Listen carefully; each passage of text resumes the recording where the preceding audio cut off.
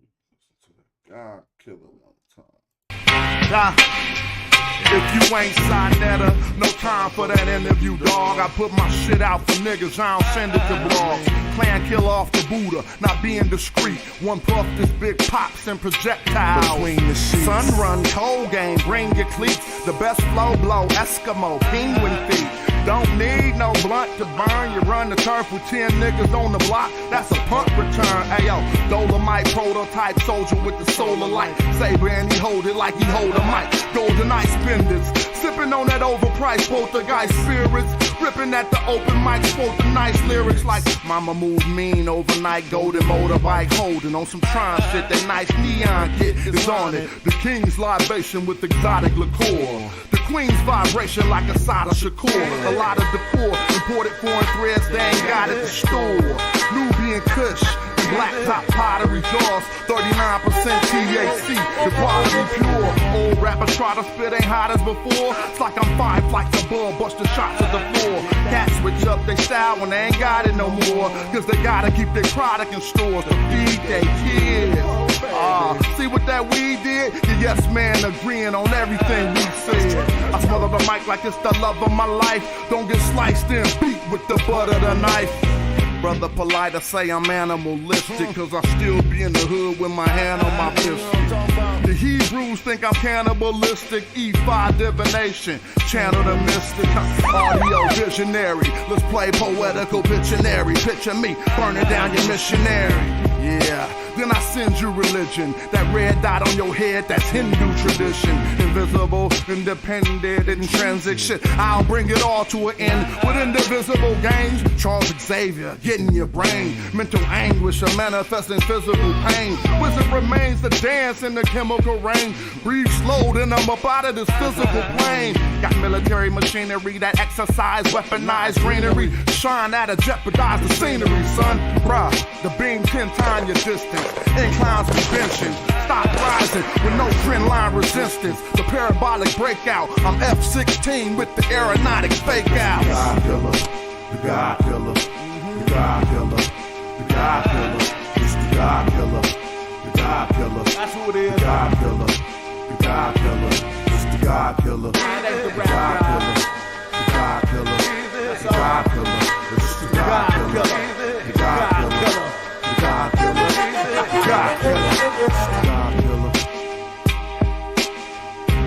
That's that classic. What up? Chilling. Thanks for tapping in, man. I'm tired though. Not like that, but been working all day. Let's go and listen to this tune. Click like so we can have a good video. Make sure we got the likes up to the people by the time I look. Please, please, please. Thank you. You don't prepare your own meat. You don't own your own land. You don't have a seed going in your window. So you think about revolutionaryism, and you think about fighting and dying in the street, you ain't shit. Killer Mike said black people ain't ready to revolt. It's a disparaging marriage and he ready to elope.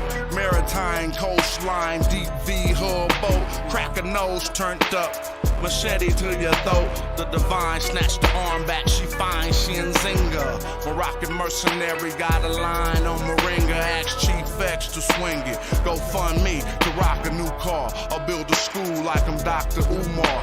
Nah, go fund some more guns, banana clips and cannabis, and bury it, the jackal, Anubis. I'm cool, keep them heaters, and I'm in tie in an abyss. He ain't rapping due to libations, he just channeling this. Hands down, you ain't ready to oppose nothing. You are as a part of this system as any white person gentrified. I'm on light. Hovercraft propellers over swamp water. We make the thoughtful think they should have thought harder. Be aware of this. Don't blink, there's only one blunt between the careful and careless. It's hard to face it when you need a shrink or a therapist. Mental disorder ordered them to label you a terrorist. I breathe elements and I found the secret. We could all walk on water if it's ground beneath it. I carry my weapon and keep my trees and still be Hotep and ask Tariq Nasheed. 6 in the morning, I greet my seed, then do everything I think I need. I have to say this because I know our spirit and our emotions get stirred. I'm not against nobody on the panel. I'm with everybody on the panel. I'm not diametrically opposed to anybody. I agree with everything my brother said about revolutionaryism. So let me ask you guys a few questions. We're in the South, we're in the heart of the South right now. Who fishes? Who knows how to fish? Hands down. Who knows how to hunt? Let's hands. Hands down. Hands down. Hands down. Hands down. Now, I like congregating. I think it's cool when we open up the Zoom and get everybody's opinion and stuff. But I just was watching Brother Garfield's show, and my boy Thunder was on there, chiming in on some shit that he knows little about, and chiming in harshly. Forgetting that it was innocent kids being killed in these wars and stuff. And just being online, acting like it's a joking matter, being hella juvenile over real life situations. And it caused me to just give my opinion on the matter. Imagine. Because you innocent too, right? Thunder? You ain't did shit to nobody. Pretty sure our children ain't no more privileged. I mean, they are more privileged to not be in that situation. But under the light of the universe, they just children. So what if we was in that situation? And some dudes thought they was hard and said they're gonna go run up.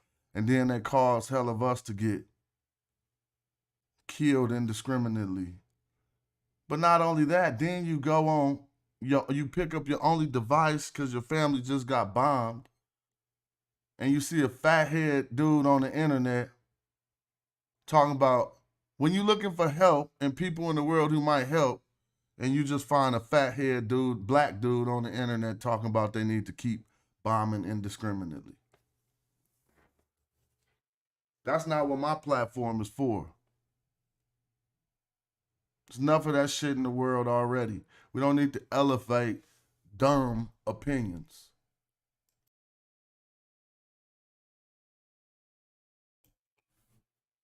That's just retarded. So that's how I felt about that. But it's been easy. It's been real easy knocking the Mediterraneans down. We're gonna have fun with Charles. All right. Videos. Even we're gonna have some fun today. Found belief in the afterlife? What if Have you ever wondered why ancient Egyptians held such a profound belief in the afterlife? What if I told you that the answer lies not just in their intricate rituals, but also in the very color they associated with divinity, black. Being black in ancient Egypt was a link to divinity. In ancient Egypt, the color black held a deep and complex symbolism.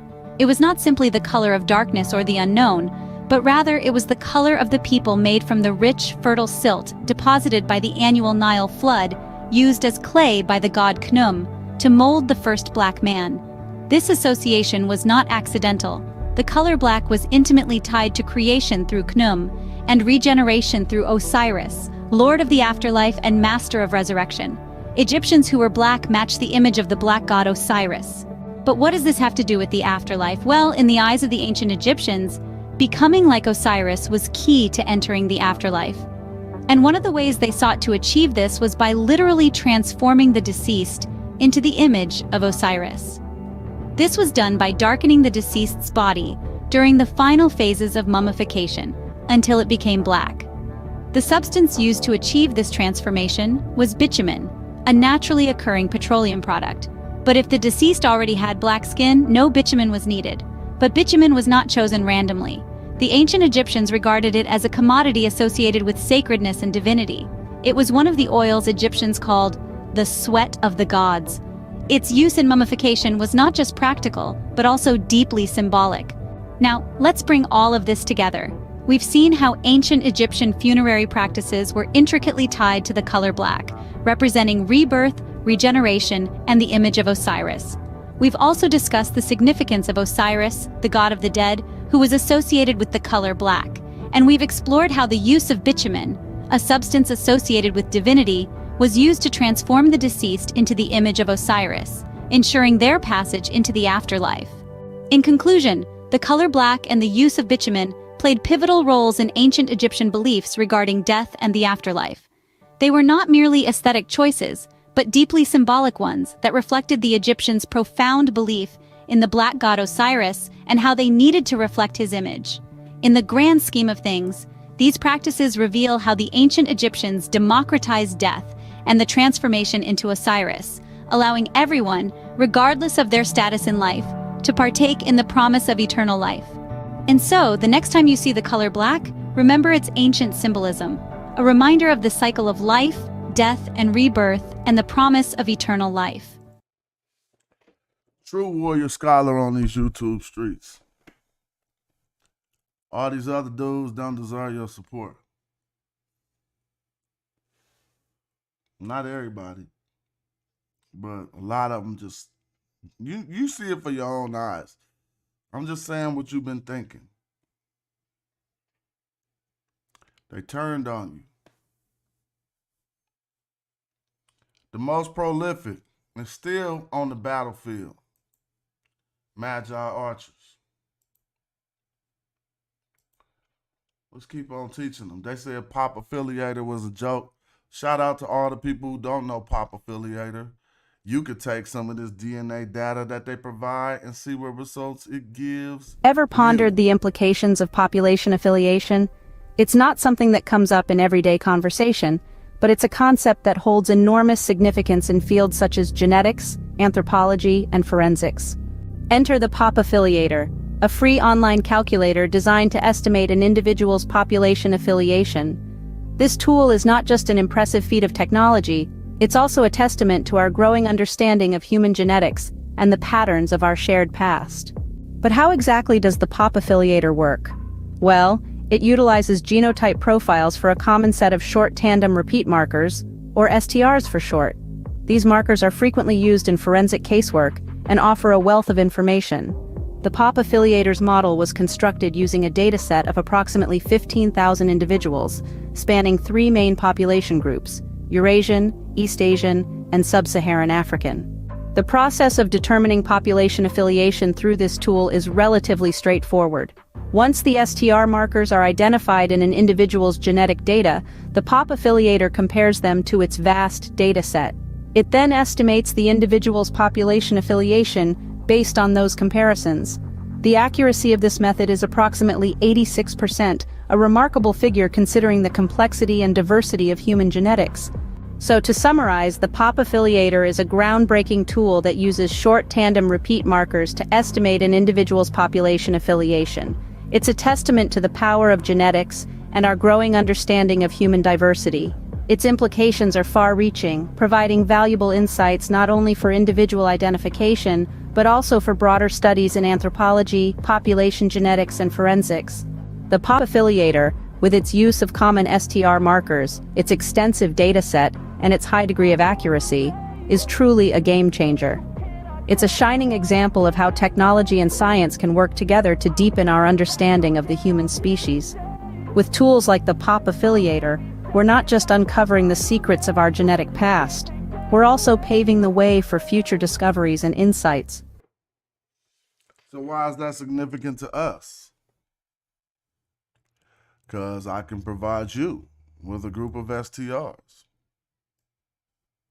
You know what? I can provide you with the same data that Soy Kieta popped in the Pop Affiliator. The data here is provided by Zahi Hawass. And so Kieta like, man, how you gonna write this article giving them pseudo results? Anybody can pop this data in the Pop Affiliator and see what it say. And the Pop Affiliator said Thuya and Yuya, 93% Sub-Saharan African. Amenhotep III, 93% Sub-Saharan African. Who giving it to y'all like this? Everybody else trying. Eventually, they're going to have to figure out who to keep up with. That old format of what the conscious community have been doing online, that should be played out by now. It's 2023.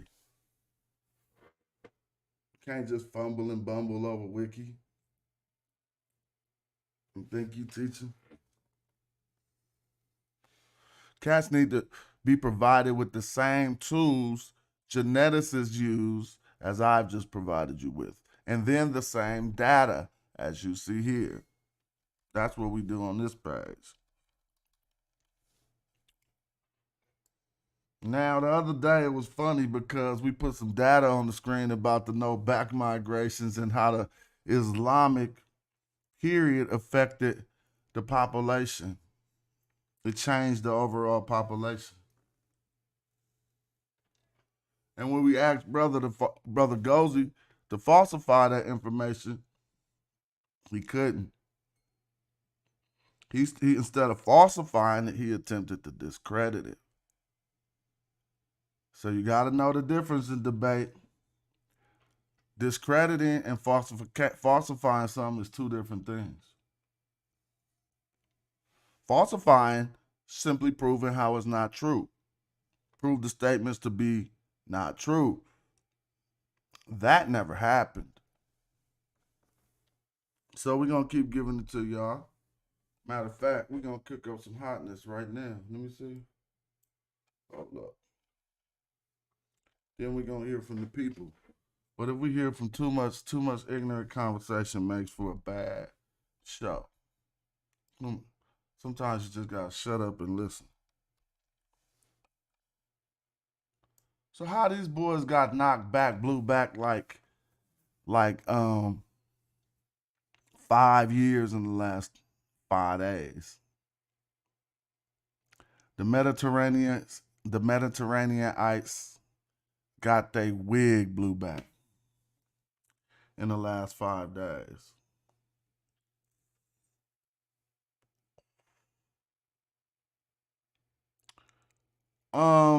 Osiris was depicted as green a few times, but there was never an epithet for him in the green. So people, the scholars with the unfinished work on that, gotta finish that out. He was never the great green. He was always the great black. You see? So we do philology. And when you do philology, you don't just look at the pictures. You actually read the words. So you would, if you did look at the words, you would wonder why it said great black and he was green, huh? See? So yeah, regeneration, you get green, and divinity, you get black. How about that? How did they come up with that concept? I don't know. But I'm pretty sure anybody who think of a god think of them in their own image and effigy. But it's twisted around. It is like God created us in his image. Well, somebody did something in somebody's image. And most men who come up with these theological theories, their deity matches their likeness to some extent. Then they was talking about Diab loss. I'm going to let y'all remember, because y'all about to forget all the stuff that's about to be swept under the rug by simply switching the topic on your YouTube channels. Remember? Me and Bobby was done talking about the Diab conversation. We didn't like how the conversation was going. But then Brother Garfield says he wants to pick up that axe. Brother Garfield is tripping. But we'll soon see that he gonna defend that DNA was wrong. That DI was wrong. That's just gonna get forgot about and swept under the rug. Y'all gonna be thinking about Palestine and shit that don't matter. I mean, it matters, but shit. It's Palestine, Ukraine. Yo, oppression anywhere, however, what's the name said, it's injustice everywhere. Martin Luther King. That's how I look at it.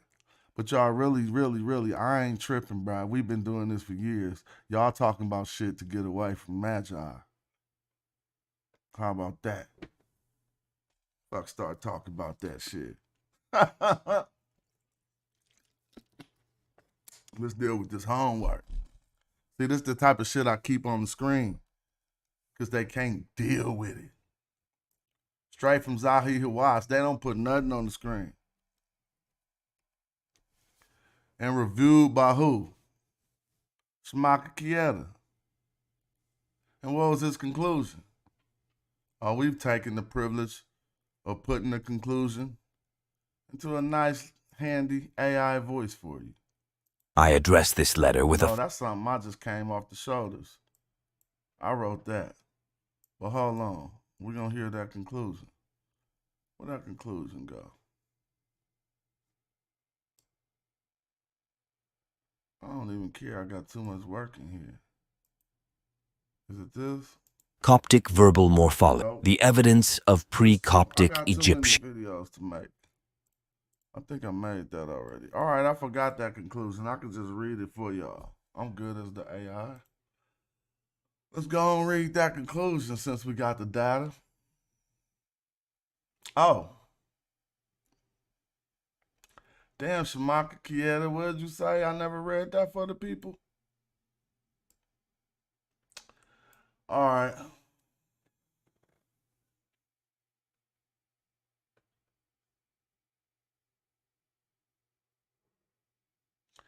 Shuliman et al. Seemed to implicitly suggest that only sub-Saharan African equals Africa and that there is no interconnections between the various regions of Africa not rooted in the slave trade. A favorite trope. Could we understand that? Nah, Thunder. I didn't mean to call you dumbest nigga alive, but that's what you was looking like. Talking about shit you don't know shit about.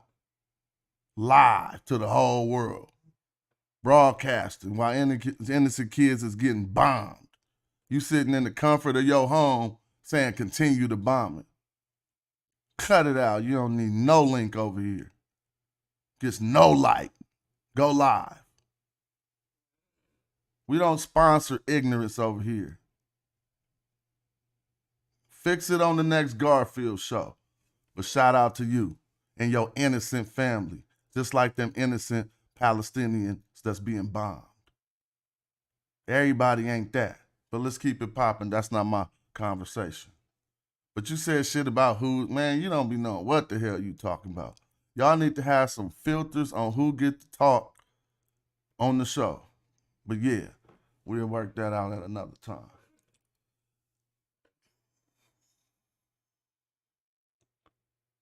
So, it has to be noted too that in the Islamic armies that entered Egypt, that there was a notable number of Eastern Africans.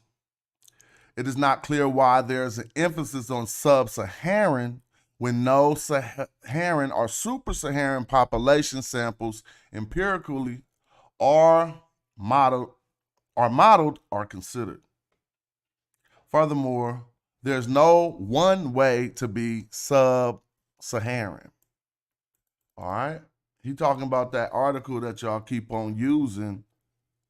That article, the last little gripe y'all could get, that article to keep on talking about the Mediterranean. I mean, y'all just dumb. Y'all dead already. I'm going to find a new topic.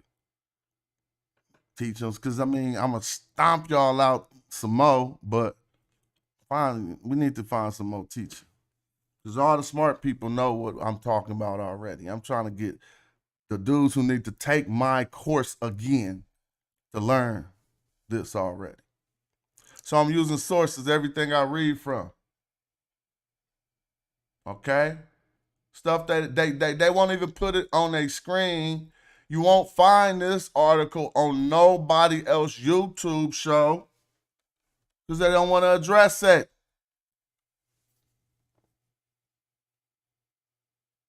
I'm pointing this shit out on purpose.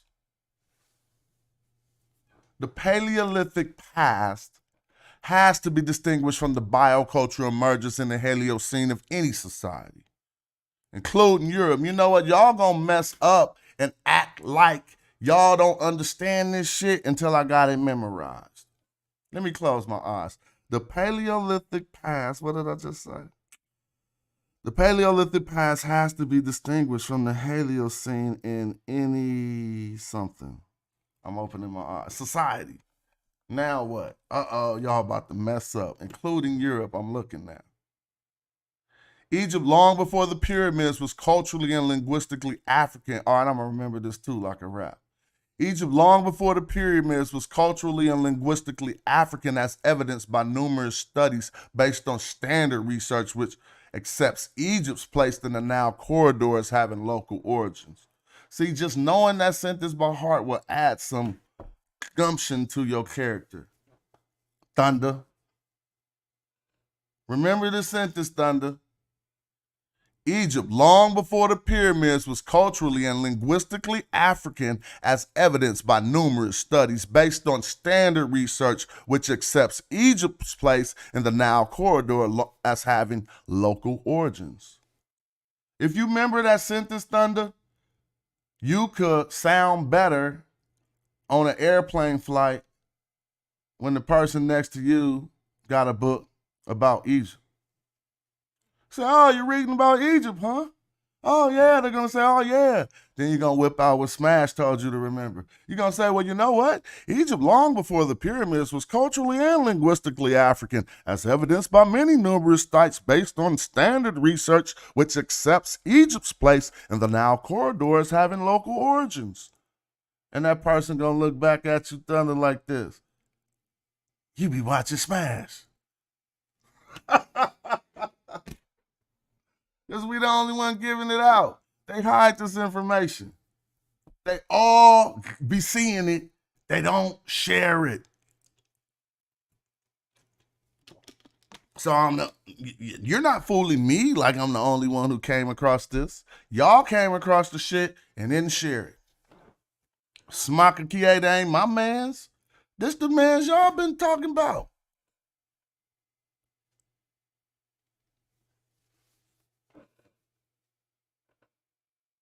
You can remember this too, Thunder. The symbolism found in the Badarian and the Akkadian graves, etc., nor the pyramids were brought from Asia, the Near East. Then, after you finished with your memorized bars, you just say, yeah, that's Smaka Kieta. Feel me? Then you write in the pocket. But remembering them new songs and stuff, you wasting brain space. Not you, Thunder. I know you a computer coder, so you ain't got no time for the nonsense. But you done put yourself on the spotlight today, talking about them kids like that. Innocent kids. Crazy. Historical linguistics shows ancient Egyptian to be Afro-Asiatic, with borrowings from other African language phyla. Archaeological data would seem to indicate an early integration of the Eastern Delta. I said it right. So it says archaeological data would seem to indicate an early integration of the Eastern Delta in North Egypt by early Upper Egyptian rulers since Ari-Hor from Abydos, who already wrote royal inscriptions in Egyptian in a script and symbolic system that used African floral and fauna. What was he trying to tell y'all? He's trying to tell y'all the same thing I tried to tell y'all on this article. Rap God. When we talk about the neighbor, he's trying to tell you what I'm trying to tell you in layman's terms. All right? I ain't going to talk hella much before I do a chat tonight. But I mandate some good information be on every one of my shows. Ain't going to just be a bunch of, hold up, though. Hold on. Nah, man. Let me see. We say Nessie. Naybird. I'm just gonna see what happened. All right. Now this is what I tried to get us to know. That this bird, just like Shmaka Kieta said, he said in the second dynasty, Irihor wrote in the Egypt. See, I'm gonna start memorizing this stuff. I told y'all. In the second dynasty, Irihor wrote in the Egyptian script that already incorporated African floral and fauna. Now, he didn't go on to talk about what I'm going to point out to show you, but he's talking about the same thing. He's saying, and I even got the quote where he say, there ain't no long Mesopotamian loan words for agriculture in the Egyptian language. That kills them, dog. See, you got to know how this shit really works. If you say somebody brought in something foreign, we could tell because we look at the linguistics. The same way I'm showing you right now. I'm going to always read to the conclusion, social. I put the shit in AI on my own dime and dollar to make it easier for y'all to understand. Reading to the end of something that I chose to go live about and read. Think about how whack your chess game is, social. This is the only way I could get into the brain of these avatars that pop up and represent people in the world. A person who thinks keep reading the conclusion and should be placed in capitals is suggesting to me that there's something in the conclusion that might work out of my favor or what have you, right? But you should assume that I have moments in my life where I'm not live. And if I can take this data and then use it and plop it all in the AI, well, I get whooped at chess when I ain't playing. But a lot of, like, when I am playing, I'm hard to beat. But like if I played you in chess after talking this shit social, you probably beat me and be like, he was talking that shit. You feel me? But I'm still talking about understanding the game, right? And applying it to things like this. So if you know how I get down, you pretty much know, okay, you got everything in all caps. I feel you. So, but that's only today, I guess. I don't know why you screaming at everybody today. But what I'm saying is, again, you should assume that I at least read what I'm going to share before I shared it.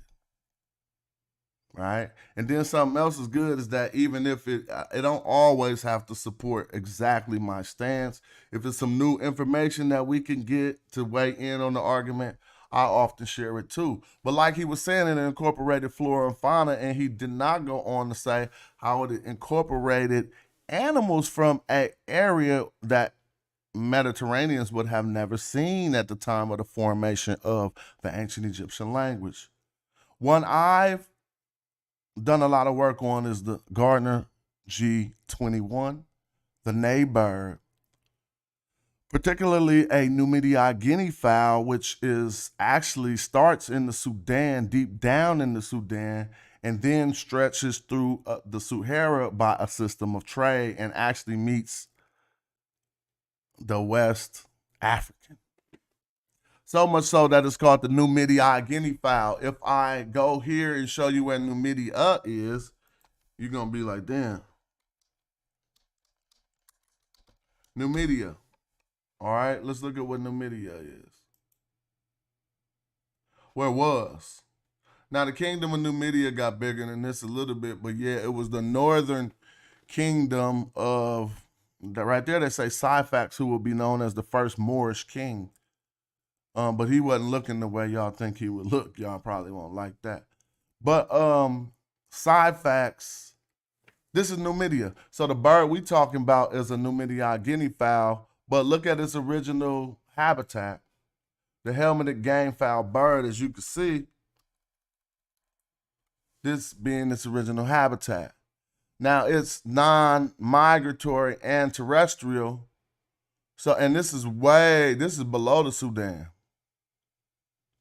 This bird is non-migratory. It don't migrate. It's terrestrial. It don't fly.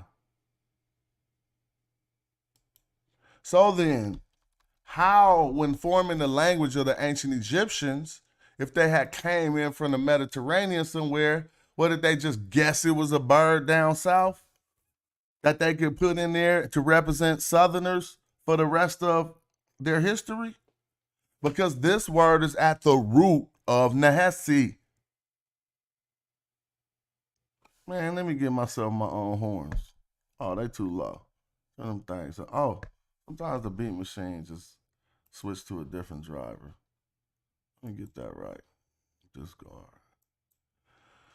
Bam, bam, bam, bam. I just had to get my Rozelle on. Don DeMarco. Hold on, we're going to get this right. All right. We be diving so deep, we probably killed all the information you done seen in 5-hour shows on them other channels anyway. Already. With this old homework. The neighbor. We know a lot about this if we watch my show. So let's go back to, like my brother Social suggests, let's finish reading. So it already incorporated African flora and fauna as well, and I'm adding as well as animals and stuff. Anyway, so it says,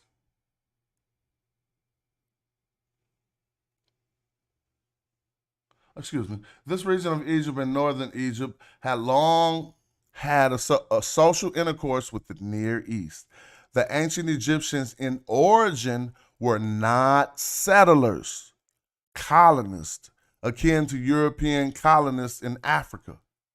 All right, now he's talking about the his whole conclusion is about Suleiman et al. Survey 2017, but y'all need to know, because y'all don't even know, because I heard Corey last night. After all the homework we've been done, I know you can't be in every class, but he referred to the Suleiman et al. Article. And what's that? Where is that at? Where's that at? Let me see. So, look, yeah, what is this? Suleiman et al. Y'all see that? This is what he's talking about. Let me show you. This is the article that says ancient Egyptians got an increase of 8% sub-Saharan African after the Arab slave trade. Such contradictory findings need a whole paper to be written up about it. I got the contradictions right in my head. These people, Mediterraneanites and the such, who mess up this data, would like you to believe that slaves can spread their genetics more freely than migrants and conquerors. See how dumb they is? But you don't be seeing it until I point it out. These people who be like, hey, like Corey last night, who was like, yeah, the Suleiman. No, he didn't even know the name of it. Come on now. You think Corey know the name of this? He know it now. But he was like, they got sub-Saharan African. Y'all know I do a good Corey. Hey, it was like 8%. I don't know. That ain't the best Corey, but it's close, though. You saying stuff like that on the internet and don't be doing no homework, cats gotta find the groove. Y'all might need to start a sports show. Start a sports show. Stop talking about Egypt. You don't read shit, got one book. Now, post a book tonight that's in your house that ain't a PDF that's on the subject, and I'm going to say my bad. I can see people right now all over the board ain't got one book on Kemet, then talked about it for 3 years. Seriously, though. So your mechanic ain't got no one book on the engine, you gonna be cool with that? You go to your mechanic, you don't see one nothing. He got hella books on some other shit. Y'all need to start a sports show. Because this article, the study was already down here. The ancient Egyptians in origin was not settlers akin to European colonists in Africa. Suleiman et al.'s study is best seen as a contribution to understanding the local population history. I'm laughing at my core impression right now. I couldn't stop reading. I think I was giving him that was a good impression. Yeah. I can read it like him too. Suleiman et al. Study is best seen as a contribution to understanding a local population history in Northeast as opposed to a population history. I understand it. Y'all don't want to. I'm really a comedian. Y'all didn't know? You'll have more fun at your house laughing than studying. How come cats be stopping on A and N for that long? I be like, God damn. Is best seen. Nah, let me stop. I'm just encouraging y'all to step y'all bars up, nigga. This is like the cafeteria. Now, step your bars up. But keep it going. All right? The symbol, see, the funniest part about that is every time I do that, I start bumbling afterwards when I start. Because I'm going to help y'all out because we all black men and we all go through this shit, right? Now, when we was young, we never raised our hand to read in class. See, that was the first problem. Now niggas on YouTube. And then bit you back, huh? And when they did, and you know the nervousness that you got as a child when they gonna call on me. See, I'm trying to help us. I'm therapeutic too. You can come to my show for therapy. Now I'm gonna explain this, black man. That feeling that we got in like the 3rd grade right there, she gonna call on me and you knew you was gonna have to read out loud. If that feeling has never been addressed directly as you growing into your manhood, you still have multiple thoughts going on in your head while you're trying to read, which causing you to take these pauses. I'm a diagnosing nigga. I went through. I'm black. So you can't tell me I'm wrong. I'm giving you free game. Now, in order to stop doing that shit, first of all, you got to practice reading out loud when you ain't on the goddamn internet. And what you got to understand is this is what focus is first of all, the anxiety about what you about to have to do. Get that out, because then when you reading and you messing up and it comes through your voice, I really be like, he need to have a sit down with Smash. Because then when you fucking up, then it start going, and the floral and the fauna. I'll be like, man, just stop. Let me take over. I'm not critiquing nobody right now. I'm talking about the shit we be scared to talk about as black men. See how much that shit just helped? It's multiple shit. We all could get through the end of this, but when we let these multiple thoughts occur at the time when we're supposed to be focusing on executing the text that's in front of us, we will start to, first of all, lose confidence in our own ability that we know we got. And then it start coming off because we're trying to be an orator. I'm a professional orator. I do read professionally too. And I'm not a good ass reader. One thing you gotta realize is you're not about to know every word. And then when you start to calm down, we ain't gonna even have to trip. But what am I talking about right now? I think I'm helping just anybody in the world who went through things I went through before.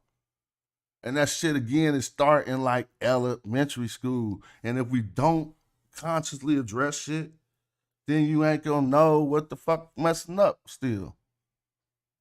Like, why I'm still going through that shit?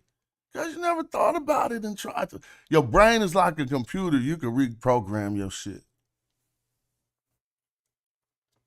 Anyway. And then, I mean, so that's where I be messing up.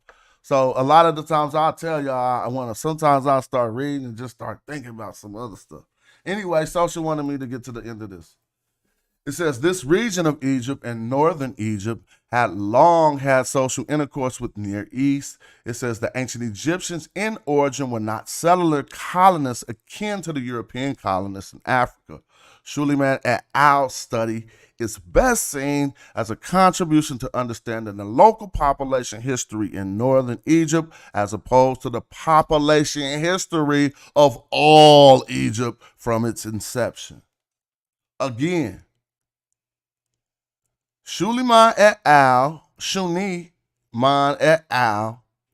Study is best seen as a contribution to understanding a local population history in North Egypt, as opposed to a population history of all Egypt from its inception. I don't like to clown at people's expense, but y'all be hella funny. Y'all might be, you ever went to a comedy show and got sat in the front and hoped the comedian didn't get on you? That's how cats be in the bushes. They be like, he about to get on me because I was talking shit last night. I just listen and laugh like, wait till I get on the mic. But it ain't no love lost. Y'all be going hard on me. I'll be pseudo and everything else. It'd be crazy.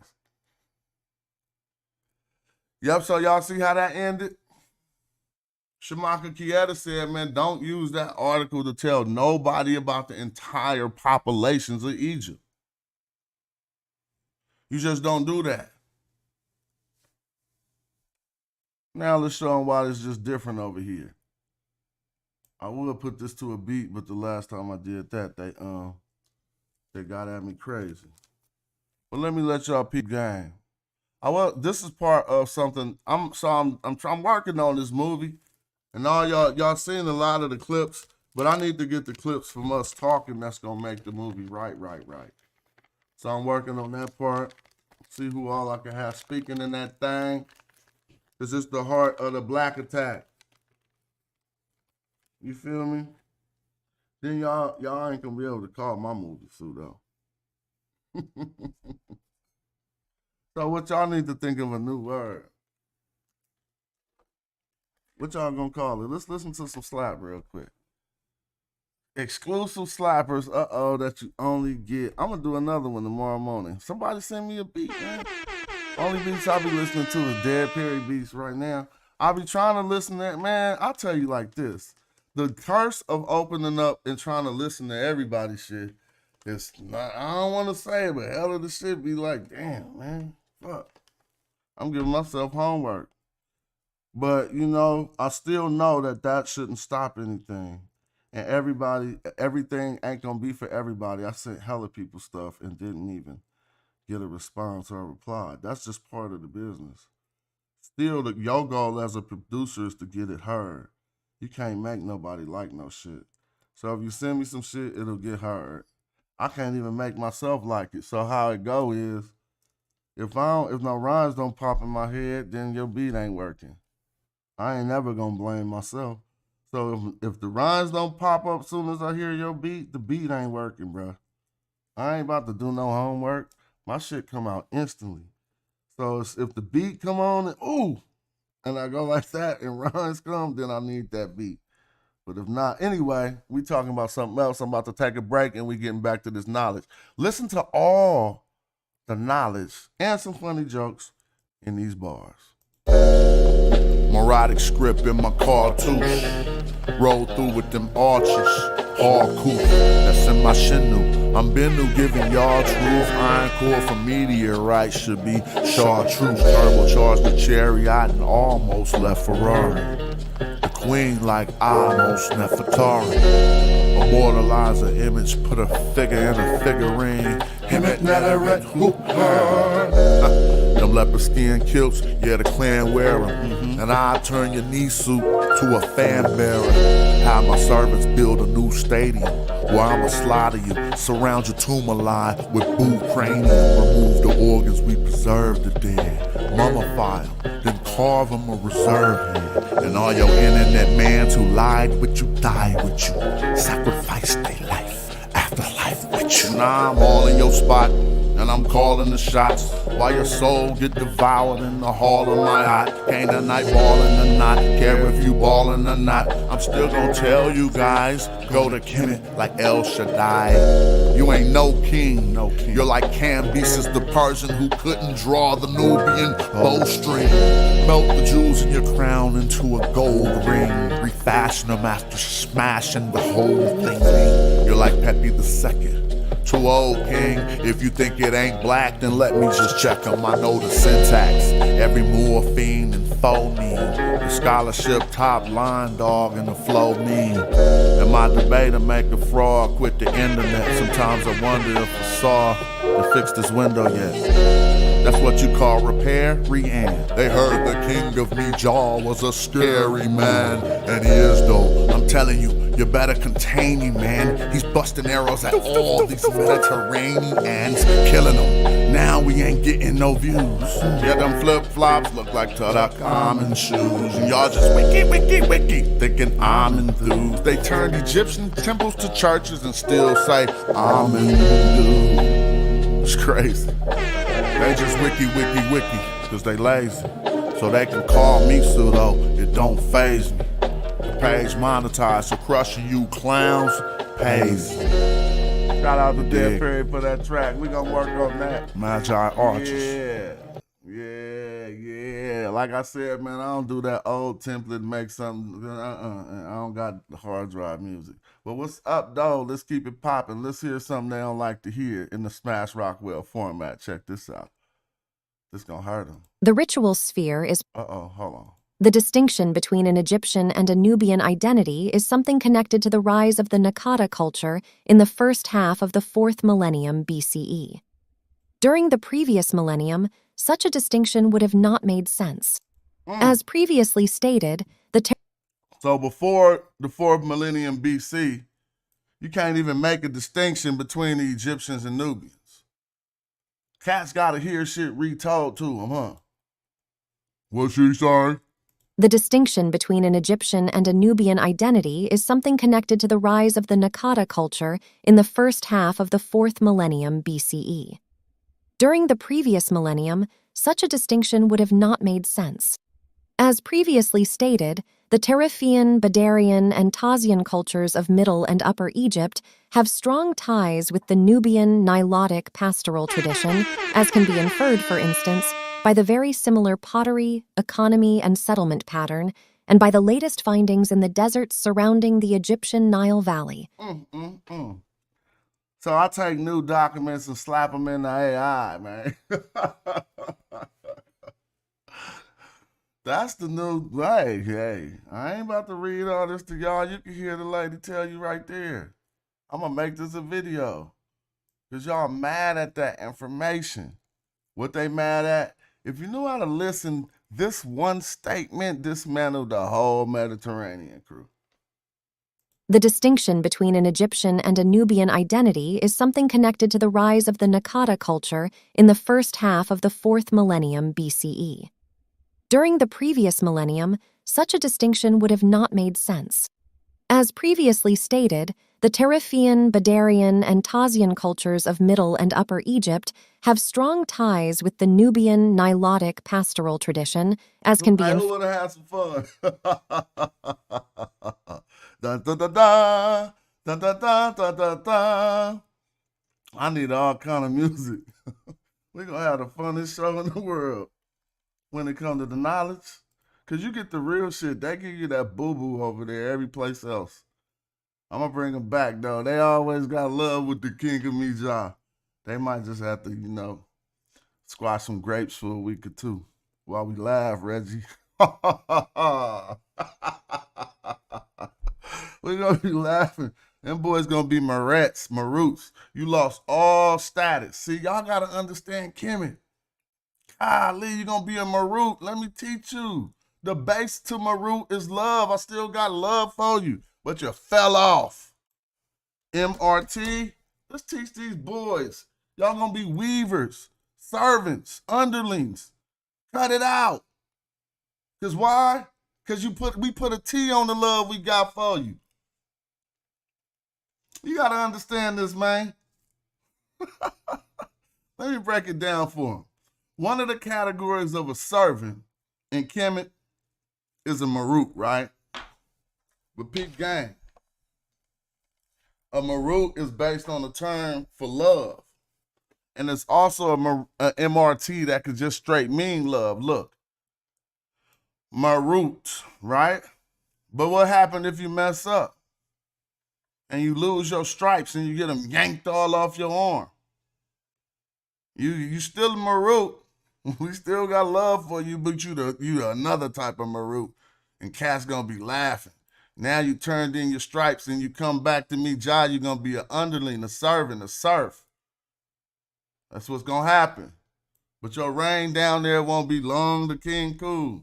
I'm gonna go blaze through all this other fake shit after I finish killing y'all off. We gonna take this bigger to them bigger pseudos. I'm just practicing with y'all. Y'all ain't got shit for me. Metatron ain't got shit. I mean, go get Metatron on y'all show since y'all want to back him. I'll come on there and fry him on y'all show. So you're going to be that type of Maroot, all right? But let me show you something about this for real. Now, if you really want to know, Maroot is still the base term to our term today for merit, okay? Merit, M-R-T, in American English, merit, okay? So when your ass get knocked down because madjai says so, you still can work your way back up on the merit, on the laurels of your good work. All right? So you won't have to be a Maroot forever. But we need to see some bags weaved, some grapes squashed, and learn how to shoot that bow straight. Stop getting bodied every time y'all come into madjai land. All right? And that's y'all problem. Nobody got no imagination. That's why y'all all just don't know what's happening. Madjai never been defeated. Everybody chose their moniker. Go look up what happened to yours.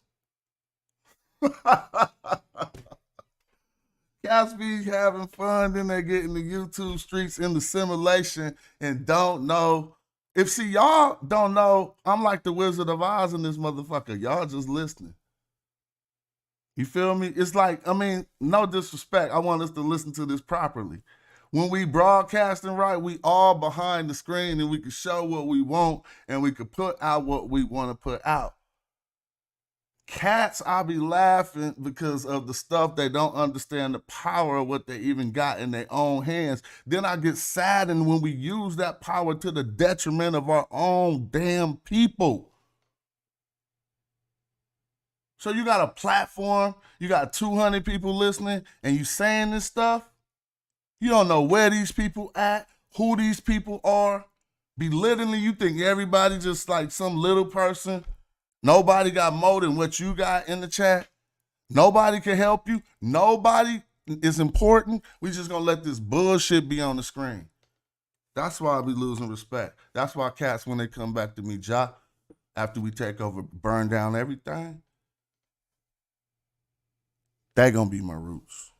But like I wanted to explain, and I'm gonna expound more on this, this is the basis, you could call it folk etymology, but I understand and standing on the work of J.J. Shirley with her work in the culture of the officialdom, where she earned her dissertation.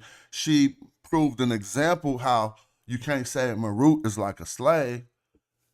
A Maroot could take a meritorious rise through the society from being in the lowest realms of the society and being brought back up to being almost a king again. So I don't know if she manifested Marut kings, all right? But it all goes back to the root that we know for love, right? So never get it twisted, look. But you just messed that up, look. It go like this. Myrrh is the root. And if I go through plenty of these myrrhs, we'll get to the myrrh for love. All right. And some could be like, no, that root is to bind and to tie and to fasten. I probably think it really is more than to love, to keep it real, because you also have to, it means to weave. But let's not, I don't want to get too semantic. And let's see if we could get to that. Now we also got this myrrh pyramid that gets confusing. Myrrh pang, sick myrrh. We was having fun with these. Because people said every MR supposedly meant that you was a Moor. I'm like, how that work, bro? And they had a list with every MR on their slides. Like, look, we was the pyramids, we was the administrators. I'm just having fun. What's tonight? Is it like a Monday? Y'all info. This feel like a Friday over here. Well, I ain't found no more that said love, but everybody know what that do. Right? There it goes. As soon as I said it, I passed it up. But look, Samar F, a son who loves. So what else they gonna sweep under the rug that they wanted to debate, huh? I ain't letting y'all go a whole day of broadcasting without mentioning that shit. That means you fell off. Spooked. I'm gonna keep on talking about it. What's up with this debate? Huh? Oh, so Diab lost, huh? For real, Garfield, you gonna defend that? Oh my God. Oh, there go all the loves. Hold on, my bad. I didn't even say that. I highlighted them for you to see. Beloved. It could be a will, a wish, or a desire. To love, to like, or to desire. So, understand and read that JJ Shirley work. Thunder's still waiting to shoot me. I don't know if I could let him in tonight. I gotta let him sleep on it because I got him kind of ready. I want to let his fire quail and then he ain't gonna have no smoke no more. That's hella funny. All right, what else? What else they need to get beat up with before we open up the thing? Because I got to at least make sure it's some good information in every show. Y'all about to come in and mess it all up with hella dumb questions like American Dream in the chat right now. Wasn't he green too? Wasn't he green too? Yeah, so show me the green people that represented.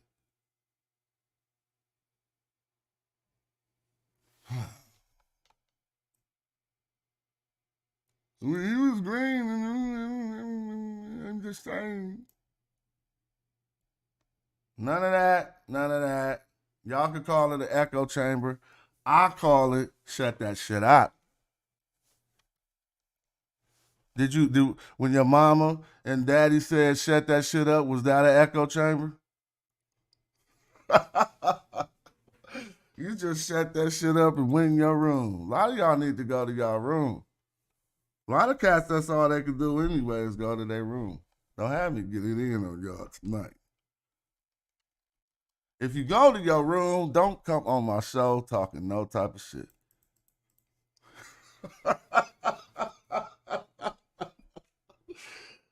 Ooh, it'd be hard to be a grown-ass man. Niggas got a room. Nah, let me stop.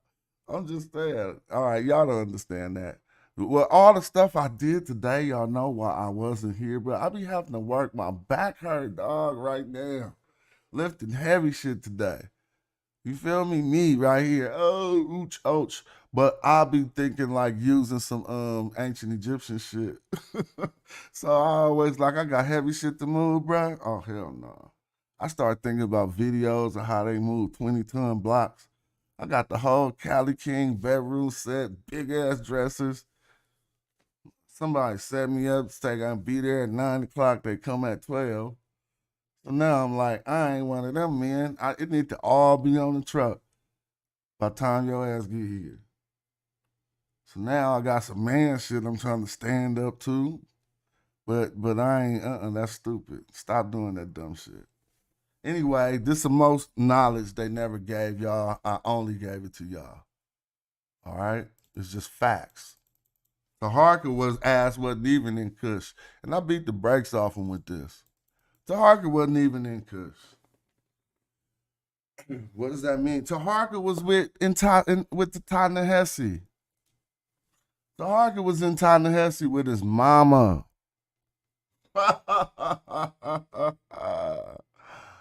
Cause it'd be hella funny, bruh. And he addressed the Ta-Nehisi like some different people. Did I make that up, or am I just going? This how you kill them clowns. So if you really want to see the secret, it's wielding that metal nature sword right, bruh. Everybody, there's a lot of MMA people, but everybody Josh Gordon or something, you feel me? The Rotolo brothers, you know what I'm saying? You wield that shield in humility and let them just walk into their own web, and they keep forgetting you got that. And they trying to talk about, imagine going in a Hebrew Israelite situation, and you like one of them preachers who got the Bible, and they got the Hebrew language, the Greek language, and all that shit. This is exactly what. Oh, see, I'm acting like it sounds like I'm out of pocket, but I thought Garfield and Aunt was ready to debate Smash and Reggie. But I ain't heard shit about it today. I ain't gonna let it get swept under the rug. So this analogy about the preacher with the Bible walking in with the Hebrews, y'all know how that end, right? What make you think y'all talking about Egypt? Y'all Bible is secondary sources now. And y'all walking in to a debate about Egypt with two people, one from the West Coast, one person from the East Coast, who learned how to read this independently.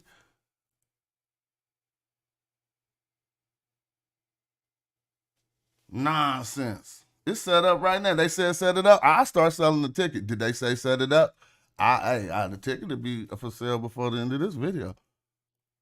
But we need contracts and stuff so everybody can understand how stuff should really be done. Because trust is not a business term. Trust is an account that an accountant give you. You shouldn't be trusting nobody. You should have it all written out, and this should go like that. But we'll talk about it. This is where, as a highlight, Taharka specifically says he was in Ta-Seti. Can any of the Mediterraneans refute that now? If you can't refute it now, you won't be able to refute it at the debate. Can you refute that now? My question is just going to be, refute this, and I'm going to point at the screen. It's going to be so funny. I'm going to make them say at the debate, you know I can't read that. Why you keep doing that? Now, just like Shazam, and you lose all your powers, I just told you what I'm going to make you say at the debate, and you're going to say it. Because I'm going to point to it when it's time for me to ask questions and say, can you falsify this? See? Right now, you can't even think of what you're going to say. There's no way out. Think about it, y'all. Any of y'all, can anyone in the chat think of what they would say? There's nothing to say. I got chess moves that end the game. Can anyone think of a way out? Any of you. I'm talking all 103 people. Listen, shout out to y'all. Think of a way out. If I put this on the screen while me and you is in discourse, you're going to either say how it ain't fair, how I have unsecured an advantage, or you going to say, you know I can't read that. Shazam.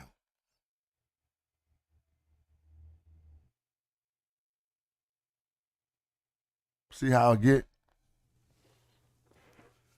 It get overwhelming.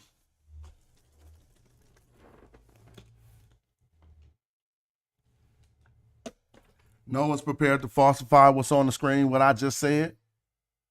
Well, then why don't everybody just shut up and listen and stop saying I'm wrong? I'm not talking about y'all. I'm talking about Mediterraneanites.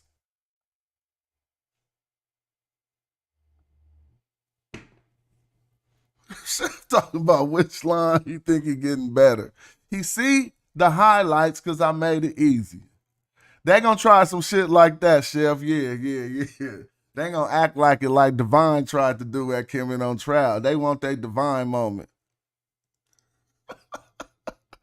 Ain't no way around it. I'm showing you the guns. Bow, them big guns, boy. And you know they coming and you know the date. Set the date so we can know when them guns gonna be in your face.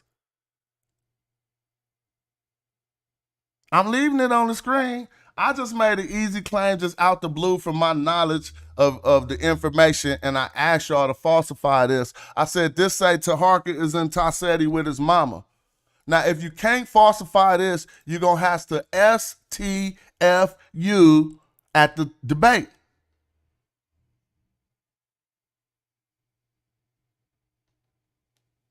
Man, it's going to look so ugly. I dare myself to put anything in English up at the debate. I'm going to have y'all in a complete jujitsu. It's going to be, you're going to you've never seen this technique. You're going to have to bow down to somebody who done read this shit. And that's how I'm earning my other brothers' pops who know the Medu Netra. Whoever one of y'all who they come crying to, I did that for you as another archer because you are archer. So you can handle what you want to do with them two dudes.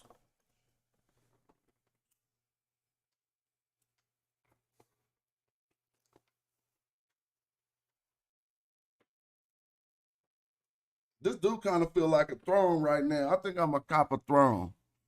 I got a cop a throne. So I can talk more shit.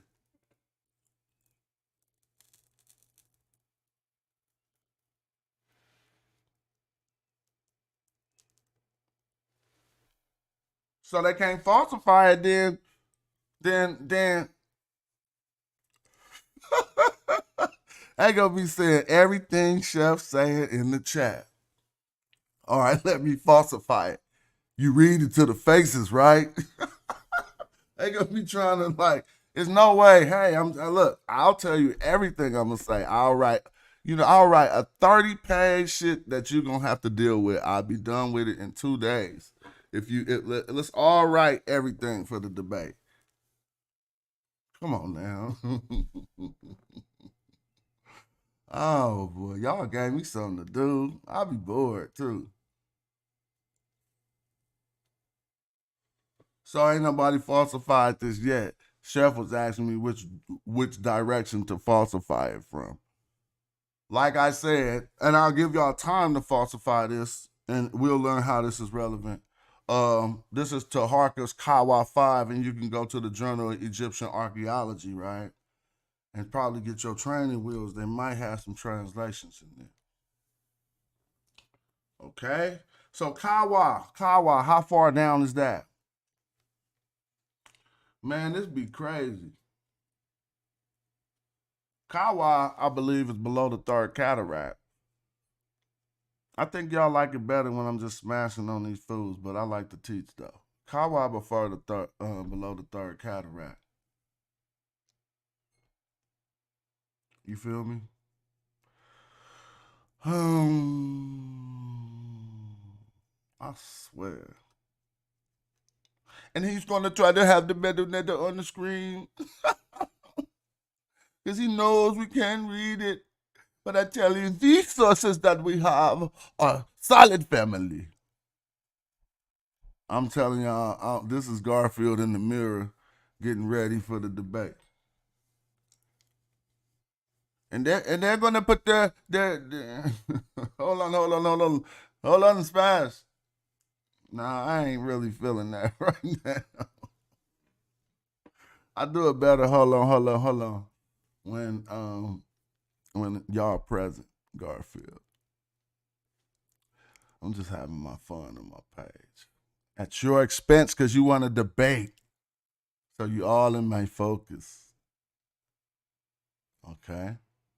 So again, if y'all can't falsify this, let me make it a little bit easier for y'all then. Because we'll have multiple, and when discussing DI, you can just look at any of my old slides and know my stance. I won't change my stance. I'm not going to do y'all like that. I ain't going to ambush y'all with nothing. You feel me? I'm obviously going to have a whole new presentation for the world to see, but in a new way to present it. But you know, I ain't about to ambush you. We can write pamphlets. It's going to be bad. It's going to be the ultimate crushing. All right, and think I'm talking too much. I dare you. Some shit you can't get around. Y'all the ones fucking up. I got all the ancestors on my back. I'm going to fry y'all. Fry you for everybody from Diop to Khaled. And all they spirits going to get to live through me while I'm barking on y'all. And I'm going to do the ceremony to let them in, and then I'm going to let them up out after I finish barking on y'all. And you ain't going to believe that was them.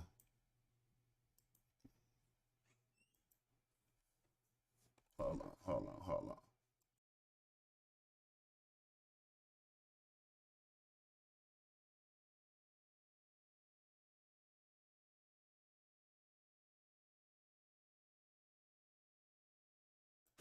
All right. Simple stuff. No one can get around. You can't say at no damn debate you're going to wait on the experts. You're supposed to have the answer. You're supposed to be ready to falsify something. Last time this discussion was had in text, you're gonna go to 1974. Looking crazy. None of this. I ain't seen the slide I put up be falsified ever. I didn't put up slides that made people say, okay, I said I was gonna get off the internet. This is now a good time. This ain't been falsified. You know, when someone tried to lie to y'all and tell you these were directions, but they didn't know my homie J Mill had just came up out that temple. Because we archers, bro.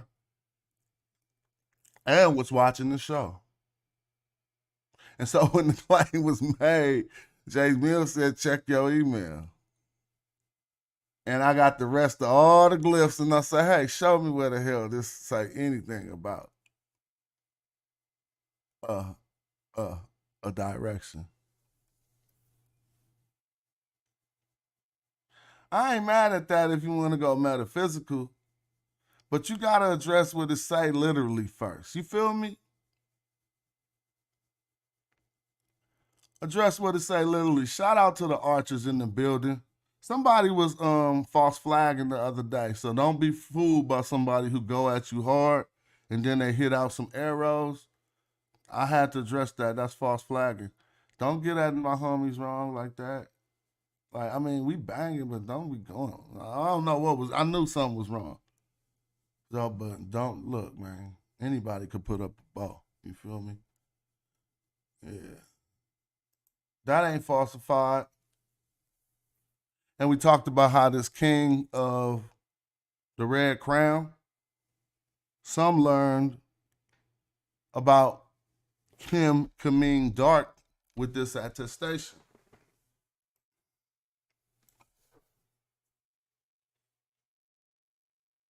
Because people had asked, well, how could Kim mean black if it's the name for the Red Crown? And we had to teach them, after referring to Professor Sandro Capocicci, that actually Kim could just be the darker of a two when in comparison. And since the white crown is lighter than the red crown, the red crown, in the syntax of an ancient Egyptian, can be called Kim, as we see here. All right? No one ever responded to that. They just shut them up. So these are the things that we show people. They set a high bar. They thought it was a high bar. It was a high bar for people who got other things to do. But the Magi Archers did it. We did it. Shout out to Netter Neb. I liked when he was around. But he went on Shakadoodoo page and slandered me. But I ain't mad at that no more. That shit be happening.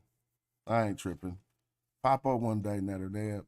You still a cool archer. You just be having to go crazy on dudes sometimes. You be getting mad at people. But shout out to you. Because Netter Neb deserves his respect for all the good dang research he done. And nobody watch it on some cliquish, cultist, whatever type shit. That's cool.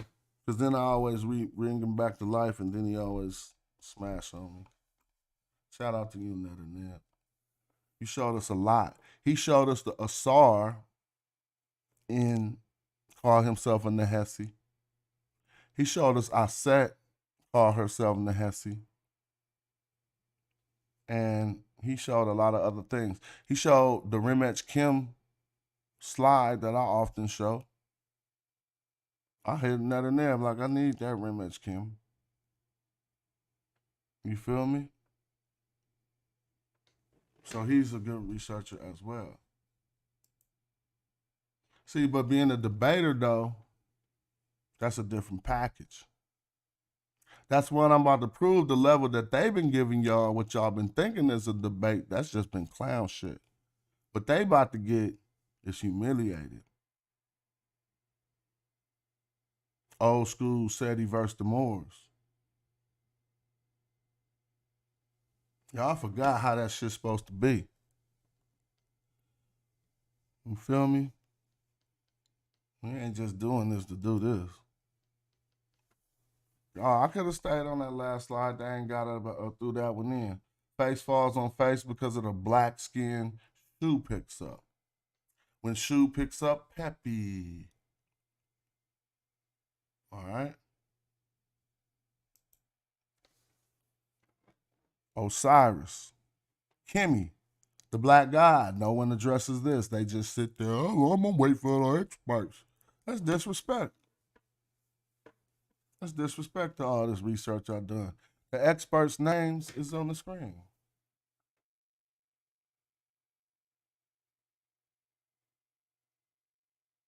So what the expert gonna say, that this don't mean the black one? I got this from the TLA. Like, why niggas hate blackness so much?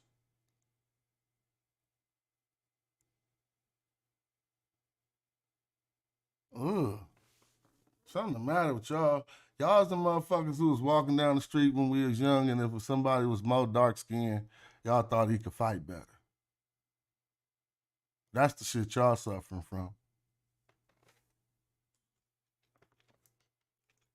You went to go get your dark-skinned homie.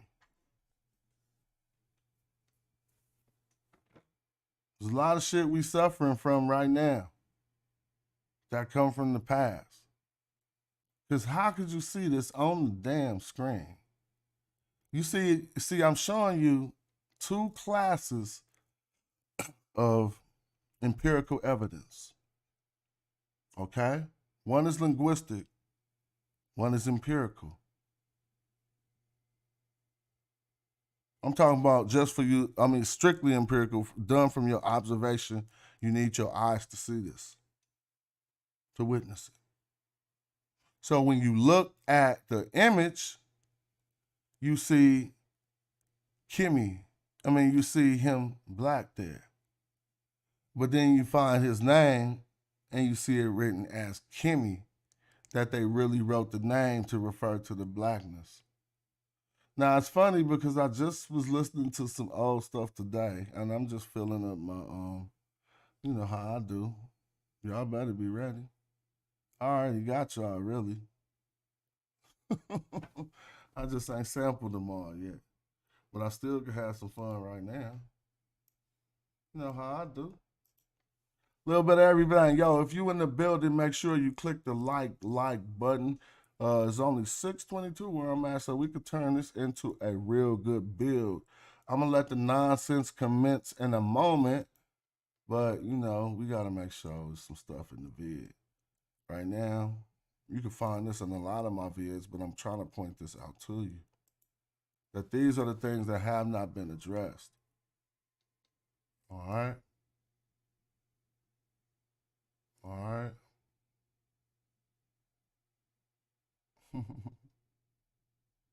Yeah, I got a few clips.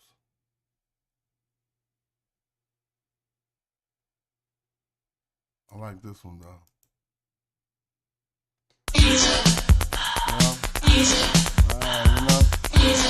I got that loop perfectly on YouTube. Everybody go. Yeah, come on. All right, they're gonna hurry up and strike me. You can't use too much. That's a cool one. But it's on the screen and nothing being falsified. Why is this the most unfalsifiable channel? I be messing up on stuff. You know the problem? I always conceit. I ain't gonna be on here and be wrong, and then you tell me I'm wrong and I realize it's wrong and keep pushing line on that like y'all do. That's hella dumb. What, I'm supposed to be a master teacher? Or heard about a recent. That's that master teacher syndrome that I keep telling y'all about. Check this out. About the same damn genetic survey that Shamaka Etta was just dissing. Or heard about a recent genetics article that makes the ancient Egyptians out to be Levantines. Let me be very clear, these findings come from one locale in a large stretch of possible locales in northern Egypt, and the finds date well after the foundational periods of ancient Egypt. It's some. I just stopped it because I seen I've been talking for an hour already. Goddamn, but I'm gonna start it over and open the Zoom. Ancient Egypt. It's somewhat as if, I was thinking of this particular image, rather than investigating DNA from a 17th century cemetery in Plymouth, we instead choose to investigate DNA from a later 19th century cemetery in South Boston.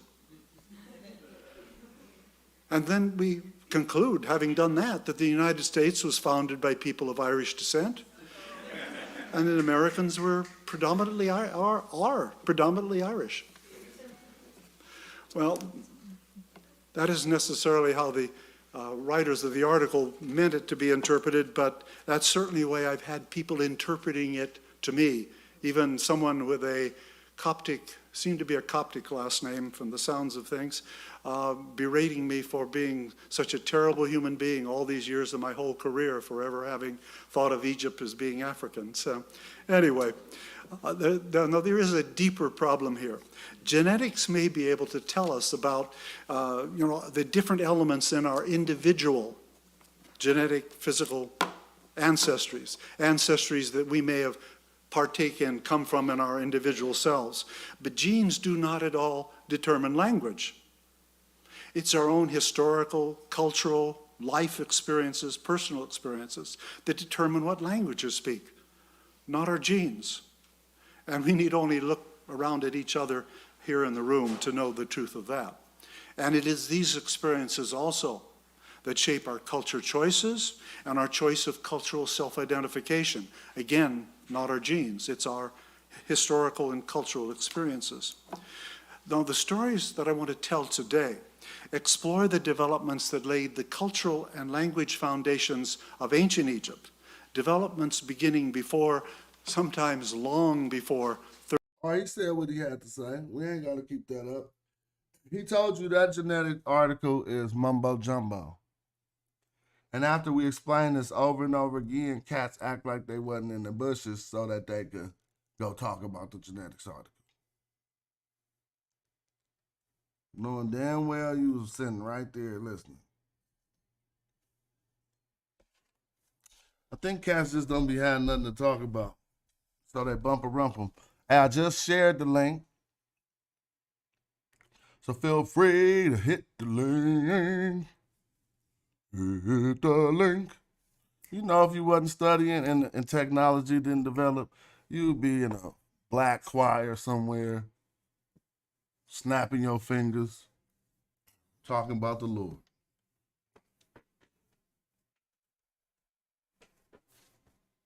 Don't have me go get some water. Uh-oh, I gotta run some heat back. Hold on.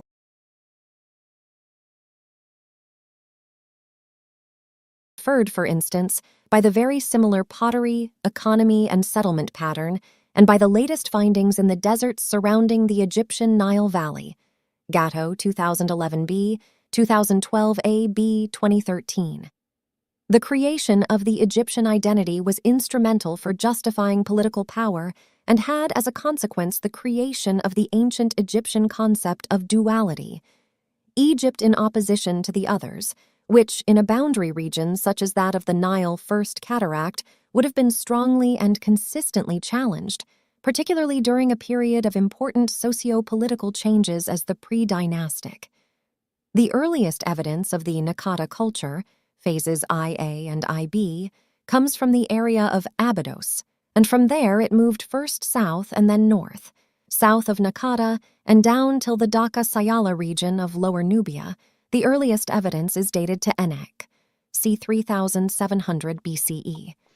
Regrettably, archaeological evidence of human settlement during the 5th millennium along the Egyptian Nile Valley is rare and inconsistent, contrary to what is recorded in the deserts. Unless covered by Nile silt, in the region under discussion, the development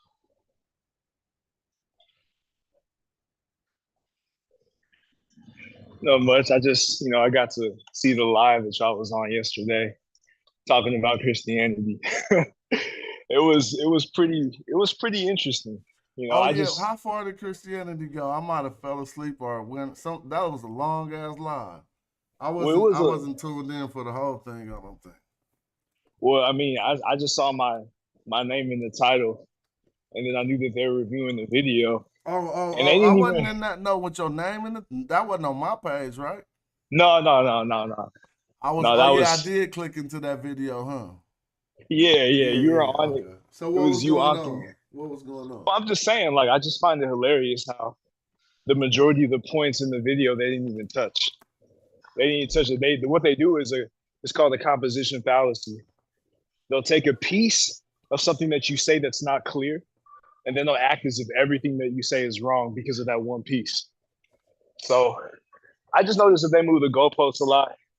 Like when Reggie was talking about the Parank, as far as like the mystery system, and he gave a bunch of TLA references to it. He said, "Oh, where's the archaeological excavation?" Right, and it's just like they continue to move the goalposts. So personally, I don't even think the debate's gonna happen. I think they're gonna run just like they ran in the past. But in the event that it does happen, I would say, as you always do, stick to the main points, stick to the primary attestations, the sources, and it's literally impossible for y'all to lose. I mean, I hope they don't think they're gonna outswag me. They're gonna be looking real out of date trying to do that. Like Yeah. like your uncle try to outcool you at that one family reunion. You be like, have a seat, Don't even do No, that to seriously. yourself no more. So And it's like go ahead. No, you go ahead. I was just saying, like, they telegraph their punches because we done already went through Flinders Petrie. We done already went through like the biological concept of race. So it's like everything that they say, they don't have any sources for that. I mean, they continue to talk about like mainstream scholars, like these are the conventions, but they never cite any sources to back that up. So to me, it's almost like David versus Goliath, or what's a better example? Maybe like the 93 Bulls versus like the 93 Pacers or something like that. Yeah. That's cool. Hey, Chef in the chat saying, yeah, sure, he'll debate me, right? But you don't remember how you was feeling last night? As a matter of fact, Chef, you don't remember how you feel every time you try to articulate a contention against me? Like, keep it a buck. You never left like, I got him. You always left like, man, damn, that's Smash. And I'm saying that humbly. I know that's the truth. Because when I'm speaking, I'll be speaking like the people who I contend with, Ben Asar and Ujahu. You feel me? Everybody else gets squashed. Like, come on, man. Yeah, I got some, like I said last time. And I got part two. I mean, Trackville had to come in. and talk trash. So I got part 2 for him too. And it's not going to be pretty, but I'm going to just show you all the flaws in a lot of their arguments. Okay. So when that's coming? When I could edit it on my phone, because I don't got a laptop, so it's going to take me a little bit longer. But I could get it out at the same quality. It's just that between work. Go at your pace. You ain't no rush here. Yeah, but I already got, I mean, with the SARS video, it was crazy because I sat there with his sources and the way he tries to use like the transitivity principle in math to argue that an orthographic representation is a substitute for phonology. I mean, that's crazy. Yeah. So, even though the whole Jabari thing, because personally, I mean, I've been to Wose in the town a few times. Like, I've been linked up with some people in the Kemetic spiritual tradition, but I never really like rocked with it heavy like that. So I don't really care, honestly, but the way that these dudes be using like Christian apologetics to attack African-centered thought is hella whack to me. Yeah, that's whack to me too. I can't front. Like they both could coexist happily and not even trip. I mean, once we started debating, they can't coexist anymore. But cats be making them intentionally. I mean, one intentionally targets the other for just a weird, strange reason. I mean, I know so many people on for Jesus or what. You gonna get more stripes in the no, that the Bible don't say you're gonna get more stripes for getting on YouTube lying on Kimmy. It's crazy because I know so many people who are like Christians and Pan-Africanists, and some of them who are Christians who rock with Kemet at the same time. So like I always thought that the beef was hella weird, but you know, when he came after my video and he act like I don't have sources, he's gonna be in for a rude awakening. Okay. So, I don't even need to really write an article. In the debate, I'll just put out this could be one of the first ones. Some of this stuff is unfalsifiable. So before we start getting to the blunt of Diop being wrong or not, we'd have to address this term we see on the screen, this name for Osiris, which is Kimi, right? Yeah. And him being the black one. They can go where they want to try to falsify that. No scholar will help them, not in this whole entire world. And specifically because if you go to a linguist, they're going to show you that if you go find this stela, you're going to actually see the hieroglyph on that stela, which indicates that the thought of the ancient Egyptian who wrote this wanted us to think about blackness. When we thought so you're saying that's not the complete one, that's not the fertile one? Oh, there's no way in the world it could be unless you don't know how to read the Meta Nature. Because if there's no rendering of complete, if they want you to think of a concept like that, for instance, they would put a papyrus roll, right? When you see Kim with the hieroglyph behind it. Now, suppose this was a whole different word. Well, we see the root right here is Kim, and we know the function of adding 2 reed leaves onto a root, which turns that into an individual. It makes it say black one. Now, simply, I will pull this up in any debate, but and I'll say falsify this, because this is going to lead to you seeing that Diop was right. And actually, it was Sir Sazaran who said, in trying to refute Diop, another slide, I already did the work for Diop. Sir Sazaran said, they wouldn't say commit to you. So if you want to, I know your secondary sources you're going to try to use better than you. So Sir Sazaran actually said if they would not have called themselves, damn, where's the slide? Yeah, there you go. He said they would not have called themselves Kemet to you to say black people to argue against Diop. He said they would call themselves Kimu. So now, one of the biggest, most qualified linguists who tried to go against Diop said they would call themselves what I have on the screen. And not only did I found it with the hieroglyph. So this is the type of stuff that make people run off YouTube. Cause I got that's a dagger. Yeah, I got the clips where cats was like, You ain't gonna never find it with the hieroglyphs. In that arrogant ass voice too. Well, I guess I got the archetype of that voice from debates with black Greeks. But I know be having, I mean, you know, I'll be trying to fit them all into the one thing. And I'm not even, you know, taking away from my other brother. I had some particular brothers in mind when I was making. Yeah, it's even like the whole secret society thing. Like, there's a lot of evidence of that traveling from like the Nile Valley to contemporary West and Central Africa, particularly like the Leopard Society. So I haven't really brought that out, but there's a lot of different, you know, peer-reviewed evidence with regards to that. So let me show you the sheriff. I'm just showing you how dismantled people are. This does indeed, this Kim, whatever we would want to call this whole name, Sir Sajaran. Let's look at the text. And we're gonna have some fun with this D I was wrong topic. Right? He said they wouldn't say commit to you, they would say Kimu. And obviously Diop wasn't prepared, didn't have the sources on Kimu at that time. But over the last 50 years, here go at least 14 attestations to Kimu. But notice here how the Kimu matches the writing on Wasir's name. Right here. So Mu is like, Mu means water. Mu could be water, but I don't think this should be translated as black water. You know what I'm saying? But Mu could be served to mean as water. Now, think about it. Think about Kemet and the Nile and the black suit.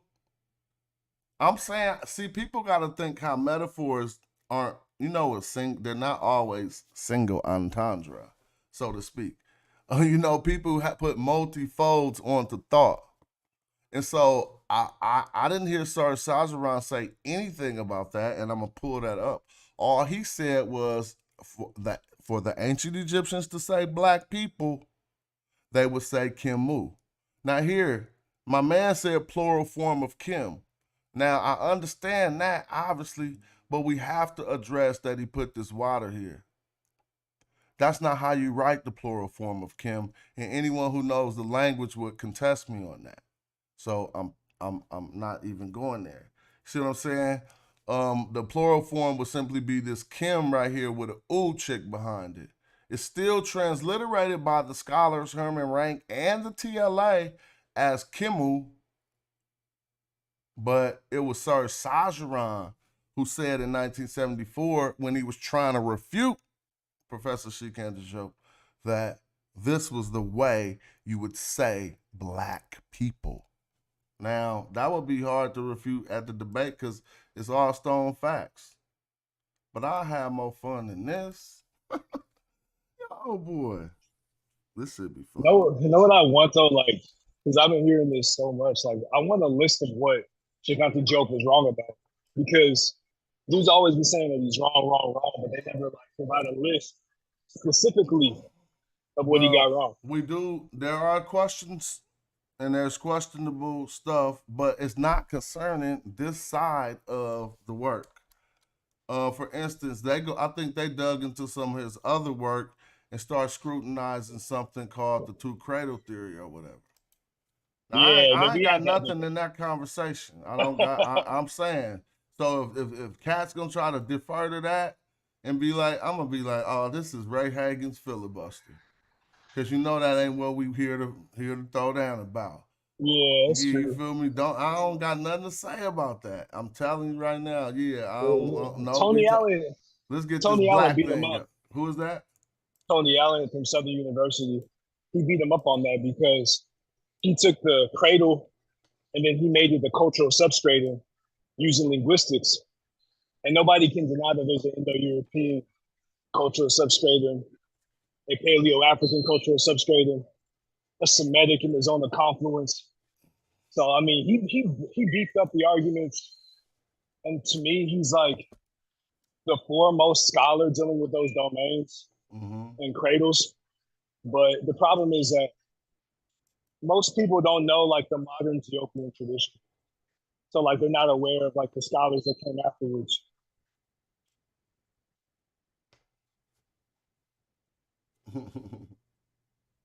I'm looking through for these UNESCO documents.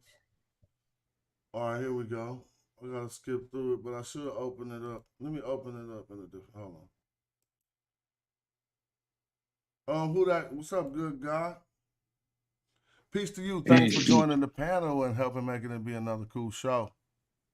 Peace. I got a couple of pictures I wanted you to look at and have your, your experience. Tell me what you see. So y'all see that on the screen? Yeah, that Kimmel? No. Oh, y'all still see Kimmel, huh? Hold on. Yeah. Let me stop sharing. I'll reshare. Y'all see the people in the ancient Egypt and the Meroitic deciphering them? Okay, great. So I was doing a lot of reading on this, and I had got through like 7 of the scholars, and it just was bad timing. And I need to say it out loud. I like to be fair, that we had not got to none of the people who was bold enough to raise contention against Diop yet. And so I was like, damn, I'm having reading fatigue, and it's gonna seem like I stopped the video in order to cut out those other people. So I'm gonna start from right there where they start finally trying to funk with Diop. So we can see if any of these statements about Diop being wrong can be. We can look at the science 50 years later. And the one I just showed you, one of the strongest contenders, I found that anyway. You feel me? Not as a collective group, but Mu is plural. Kim Mu would be plural. And so first I want to show where he says that so people won't have to act like, oh, I'm tripping. I'm so tripping. I know how to do this way better than this. Let me see. Yeah, this, I gotta scan this document first? Damn. Let me scan this document first, man. I think there's a free version online on the UNESCO site. Yeah, this is where I just got this from, but when I put it in my PDF, they say it hadn't been scanned yet. So it's only take like 2 minutes to scan it. But scanning is very good because then you can zoom to different points by just using the search. Is that OCR? What's that? OCR converts PNG or JPEG to dot text or doc. I use Acrobat, Adobe Acrobat. Oh, okay. So it's on page 30. But anyway, we'll find exactly where they start discussing these things and see what here Diop was wrong about. And again, that's what I was just talking with Wu Nam about. So it's just a different fold of the same conversation. And was they trying to say he was wrong about the 6 different humans, the skull? For some reason you went on mute in the middle of what you were saying. The skulls, when he talks about the skulls that people who left Let me stop sharing Africa. This to finish.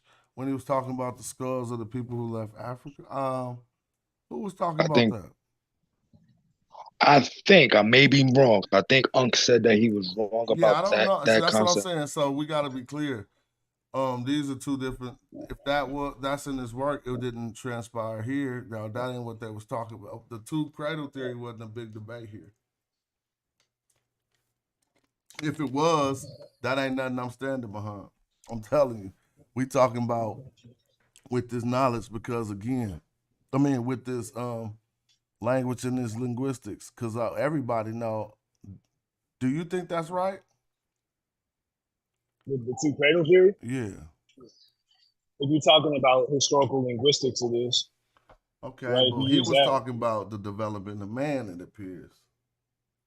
Well, yeah, I think the linguistics kind of gives you like a roadmap or a compass for the culture and the way that people define the culture. Like in Proto-Indo-European, you don't necessarily have a term for mother, but you have a term for father. and mother came in via aerial diffusion. So that's part of Tony Allen's work. So if you look at some facts like that, you can kind of determine like if they had those aspects of culture. And obviously, like there's some nuance. So it's not like rigid and no outliers. Like you got pastoral outliers in ancient Africa and like sedentary outliers in the Indo-European world. But I think the general stream of the context to be provided is true. You can handle that because I don't really argue things that I don't know about. You feel me? And I feel like I will be doing myself a disservice. That gives me a lack of confidence, and this is going to start causing performance anxiety for me. No, I see it. Yeah, and got I you. like to be an expert, and I mean I like to be able to talk shit and all this stuff and back it up, right? And so I can only, I mean, even through my whole career, I can't make no sloppy presentation like talking about some things that I don't know. So if people don't notice how much I stay out the way if the subject ain't pertaining to lies y'all telling on Kimmy. You know what I'm saying? Yeah, I feel it. I feel it. I feel like a lot of stuff that they say Job was wrong about, he was literally using the science of his time. So like everybody in that generation had it wrong, right? But like, I don't think that should count as like his specific scholarship being wrong, per se. All right. Can y'all hear me? Yeah. Now, what part are we at? Furthermore, the biblical tradition. Let me make sure this is the part where they're talking about. Yeah, it is actually. So I should go back. Hold on. Excuse me. So I read up into here, and no one had really mounted anything tough against Diop yet. And so I'm just going to read some of this linguistic analysis which took place at the symposium. It says this item now I got to make sure there's two sections that speak on this, and one section is not the actual like report from the reporter. It's just the commentator's commentation. So if you don't mind, I just want to scroll up to make sure. See, I don't think this is not it. All right, Professor. All right, yeah, finally Diop mentioned. Okay, so this is an actual play-by-play. You feel what I'm saying? I had to make sure this is like a play-by-play. So here we go. When they start talking about the linguistic analysis. Now it says, this item, in contrast to those previously discussed, reveal a large measure of agreement amongst the participants. All right, so there's a large measure of agreement here. I'll make sure my volume is right. Discussion took place on two levels in response to Professor Diop-Job's statement that Egyptian was not a Semitic language. Professor Abdullah observed that the opposite opinion had often been expressed. So Abdullah has said most often people say it is a Semitic language, basically, in their time. That's what that appears. A grammatical and semantic debate took place between Professor Diop and the radical which he reads KMT, derived from KM, black, and considered to be a collective noun meaning blacks, i.e. Negroes. And Professor Abdelgader, or whatever, and M. Abdullah, so I'll just say Abdullah when I see that, who adopts the accepted reading of it as Kemetu in translation with Egyptians, the plural of Kimti, Egyptian. The Nisba formed from KMT, black land, i.e. Egypt. All right. Says the latter reading and translation were affirmed by Professor Sazaran.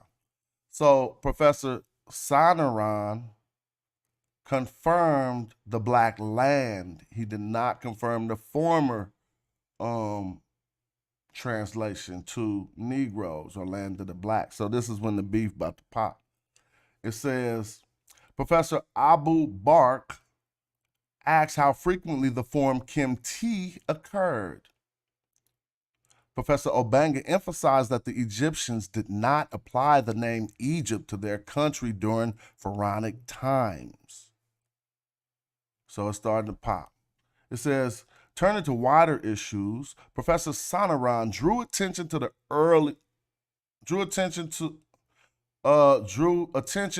the interest of the methods suggested by Professor Jope and Professor Obanga.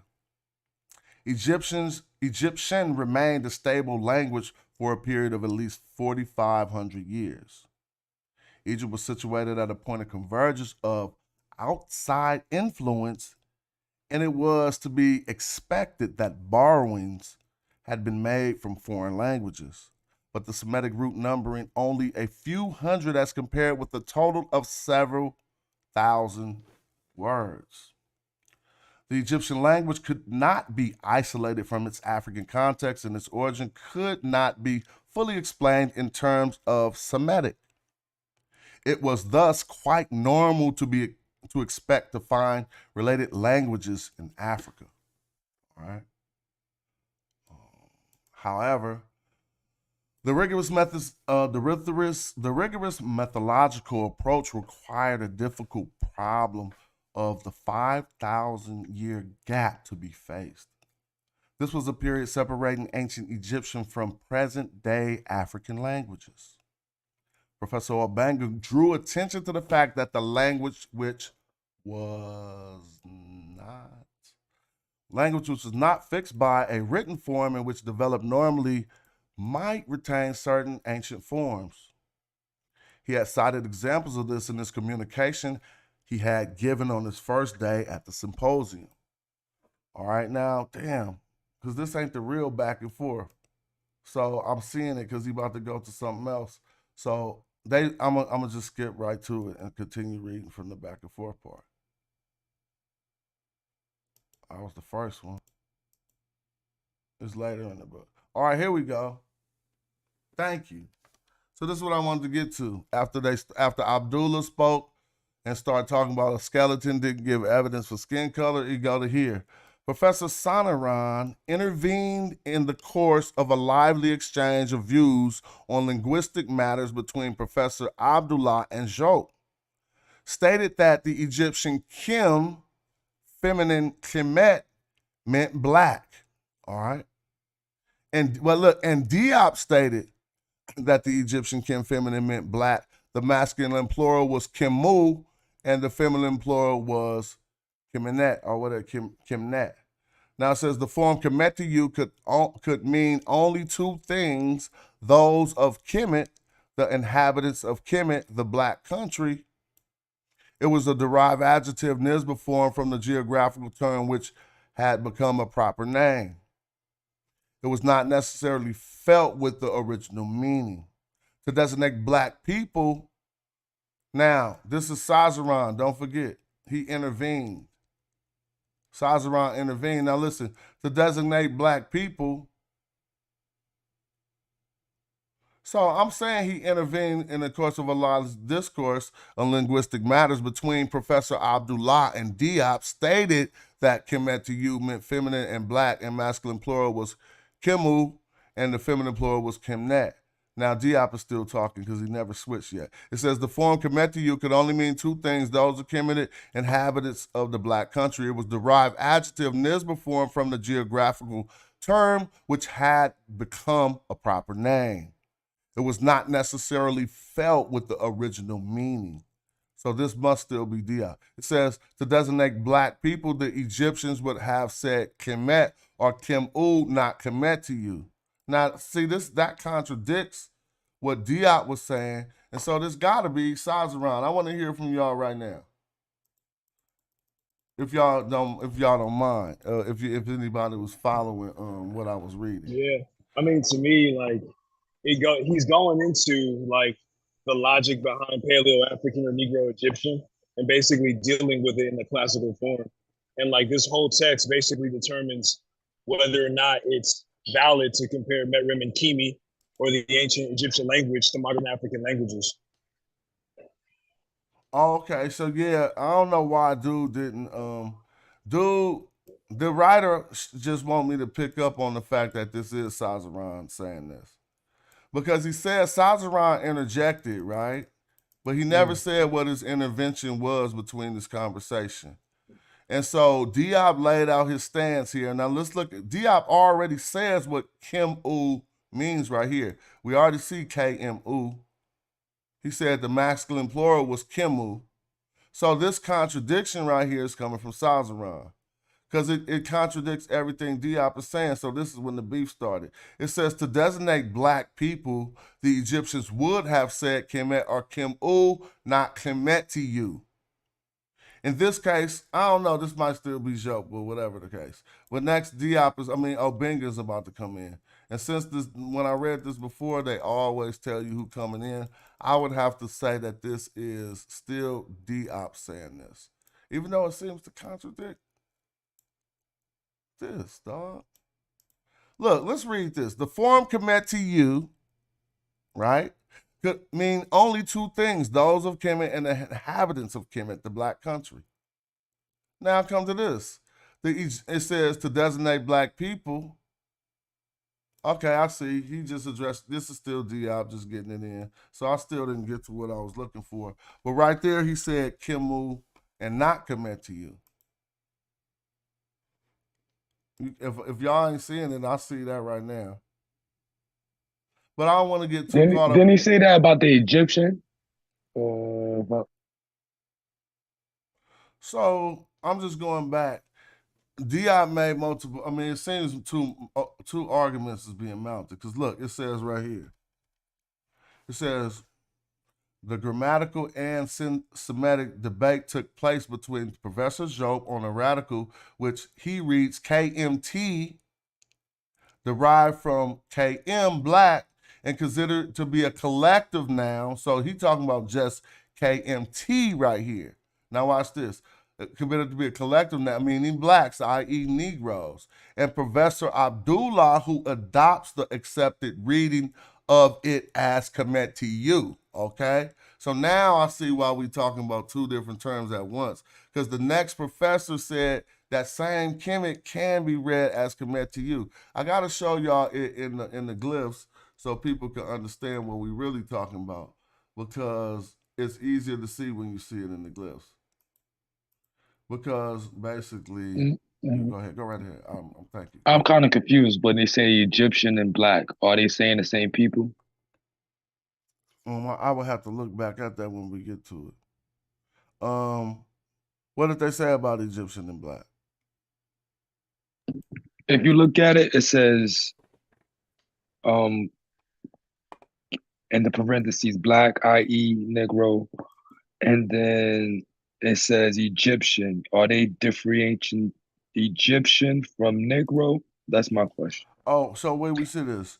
Oh, it said, no, it says right here, he reads KMT, which is Kemet, and derives from KM, which is Kim, black, and considered to be a collective noun meaning blacks, i.e. Negroes. So then I'm going to go down. Okay. And he says, Kimiyu, Egypt. Is that the same thing as exactly? Kemet? No, this is the beef that starts arising, because it says Professor Abdullah, who adopts the accepted reading of this as Kemet to you, and the translation with Egyptians. So he's saying he adopted that you could read this other glyph like this right here. My confusion is, if you understand my confusion, the Egyptian and Kemet, so those they're trying to say is two different things. That's what they're trying to say. So they trying to say you wrong if you translate it with the black stuff. It should be Egypt. Pardon me? Yeah, they're saying exactly. They're saying it should just be Egyptians. It didn't mean black. The color connotation is not there. No, I don't definitely say they had this as a concept of race, but I'll do a video on that Mongo Slade, because we see the precursors to the concept of race in Kemet, but we don't see them using it in an exploitative nature, so to speak. But some could argue. My bad. No, I was just answering that question from the chat. We still building. You know how I be doing. I look to the right. But right here, They were. I don't think they was using. I don't think they was using that in those ways. They were simply saying the argument is going to develop to whether this means Egyptians or black people. So he first just mounted that. He do say it can be that he agreed it could be read Kemetiu, but they said his translation was Egyptians. You see what I'm saying? That second scholar. Yeah, I got you. They just beefing between They're Egypt or They about to start, but this is just their first interaction. So as we read on, we gonna see who win because they say Diab lost. Remember, and so this dude named Abdullah who adopts and accepts readings of it as Kemetiu. So again, when I showed the glyphs, because we only see Kemet here. So he adopts and says this can be read Kemetiu, like we see on the other side of the screen. He's basically saying those could be read the same way, but he translates them only as Egyptians, which is a standard in Egyptology. So let's continue. He says, in the plural of Kemi, it's the plural of Kemeti, Egyptian. The Nisba form from Kemet, black land, i.e. Egypt. The later reading and translation were affirmed by Professor Sazaran. All right, it says, I know I read this earlier, but I got to continue so we won't get lost. Professor Abu Bakr asked how frequently the form Kemetti occurred. Professor Obanga emphasized that the Egyptians did not apply the name of Egypt to their country during Pharaonic times.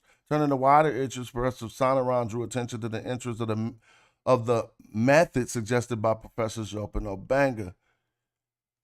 So he drew attention to the interest of the methods. So he liked them, or let's see what he says about them. Egyptians remained a stable language for a period of at least 4,500 years. Egypt was situated at a point of convergence on the outside influence. Blah, blah, blah. I read this already. So if I'm going to read the whole thing, I don't have to reread nothing. People can rewind. So where did I stop at? However, I read that too. I was at Professor Obanga, who drew attention to the fact that the language, which was not fixed by a written form and which developed normally, might retain certain ancient forms. He had cited examples of this in his communication he had given on his first day of the symposium. Professor Sanaran noted that the method which had been used was of considerable interest. So hold on. This the dude who's supposed to eventually be, this the one y'all gonna have to lean on if this is what Diab got beat about. But he telling them, hold on, the way y'all did this, though, y'all methodology is of considerable interest. I'm kind of feeling how y'all coming at this, but I can't ultimately agree just yet. Now watch this. Since it could not be purely fortuitous that there was a similarity between the third person singular suffixed pronouns in ancient Egyptian and the Wolof. So he was like, that ain't no coincidence. He hoped that the attempt would be made to reconstitute the Paleo-African language using present-day languages as a starting point. So now he kind of, is that a diss or is he feeling the work they doing? Anybody in the audience? In the chat, whatever. How about Cam? Anybody on stage like Cam? No, I think he's just, he's just being respectable in his analysis, of the work. I don't really see any diss on either side. Exactly, and he's going to continue. This would facilitate a comparison with the ancient Egyptian. Professor Obanga considered this method to be acceptable. Professor Jope thought it essential to derive a research method from linguistic comparisons, and he provided a special example of what he had in mind. See, he was ready. He regarded the Dinka, the Nur, the Shliku, if I said that right, groups in their respective languages on one hand and Wolof on the other to be ethnically and, to a lesser extent, linguistically related. Senegalese proper names occurring in the groups in question at clan level. More specifically, Professor Joe believed that he had found amongst the cow.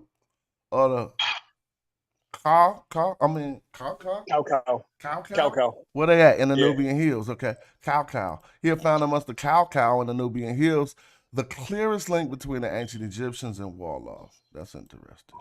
Hey, Smash, on this point, this point's important because Obenga has 101 putative cognates in languages across the continent. And if Nilo-Saharan, Afro-Asiatic, Niger Congo, these Greenbergian classifications are legitimate, that shouldn't be possible.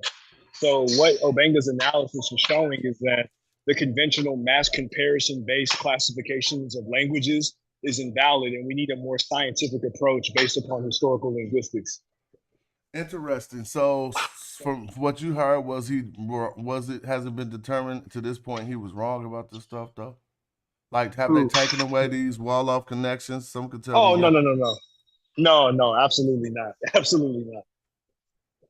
Well, that's interesting.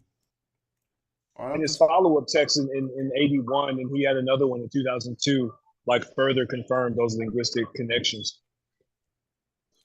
Yeah, I don't want to. I've been reading, so we could just talk and build. Cause I don't want to do readership like that. I mean, y'all feel free to click the link. It's all good. We chilling, and let's keep the conversation going. There goes Zoo right there. Shout out to Zoo. Well, I'm gonna go to the conclusion because that's all you really gotta read, bro. Like, I mean, they got all the data there, so you can find a place where you can try to say, look, they diss Diop, but you don't know how this chess game gonna go. All right, and we're gonna just go to the conclusion. We did this before. Excuse me. Not that conclusion, bro. Let me get to the peace, fam. Peace, Camji. Peace, Smash. What's up? Good guy. What's up? Peace. See, we going over the war reports. Yes, sir. Hey, you know what I found funny though? Like, why isn't it that like all the people who allegedly beat Diop, nobody talks about them in 2023? Everybody talking about Diop. Exactly. No, that's a fact. That's a fact. Even in the that museum thing, I don't see you know the Umdigis, you know the Nisi Styles and all these people. You know? Yeah, that's a good one.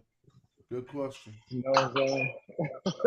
Because if they won, we would be learning about the winner. We wouldn't be learning about the loser.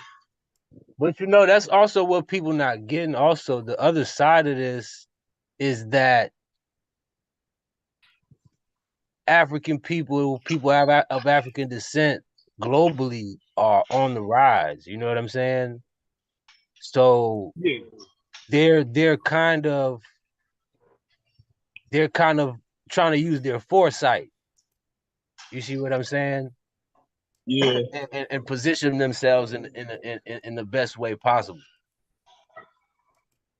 The thing about it is like Diop's got a university in Senegal. You know, you have the Museum of Black Civilizations in Dakar, you know, ran by a student, Hamadi Bakoum. All of these alternative schools, like I never be hearing anything about these alleged scholars who debunk them or the real African scholars who have the real methods. Like, where are their universities? Where are their students? Where are their schools of thought? Like, you don't see it. Man, I think that's why this work is so important, man. You know, this work is so important. 10 years from now, who knows where all this will be. You see, we got people like you know, Brother Reggie and Smash were bringing people around like Shayla Monroe and you know, Solange Ashby and the whole nubiology thing. So here's a question. Now, this is not the final conclusion to the whole book of the general peopling of Egypt. This is the conclusion to the report made on the discussion that everybody said Diop got beat up in. But one thing I noticed when I read this is, in the general conclusion, they don't mention nobody else, just like you said, when they was like, why ain't nobody else survived to this day but Professor Jope and Obenga? Let's look at the neutral and general conclusion that they draw. If you don't mind, I'm gonna try to get it so I could. If anybody mind reading it, I've been doing my readership. I'll give it a stab. Word up. Although the preparatory working paper sent out by UNESCO gave particulars of what was desired. Not all participants had prepared communications comparable with the painstakingly research contribution research contributions of Professor Sheikh Anta Diop and Obenga. There was consequently a real lack of balance in the discussions. So let's stop. As a Boom. consequence of how well researched, how painstakingly researched their contributions was, there was a lack of balance in the discussion. So they came the exact way I'm going to come at y'all at the debate.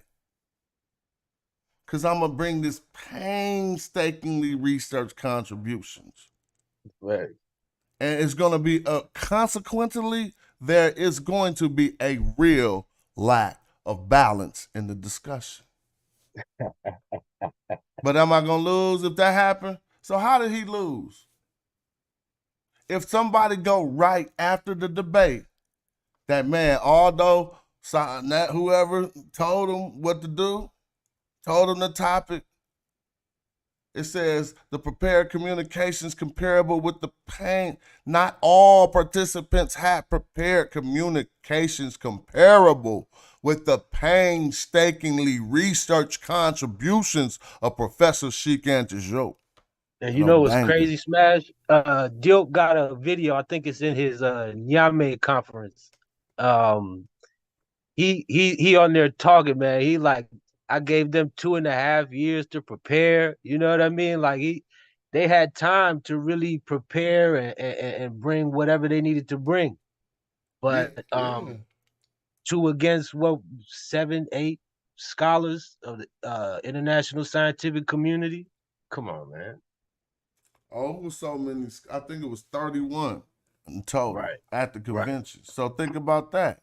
It was only 4 or 5 dudes who was trying to hop up and say something when he was talking. Everybody else was learning.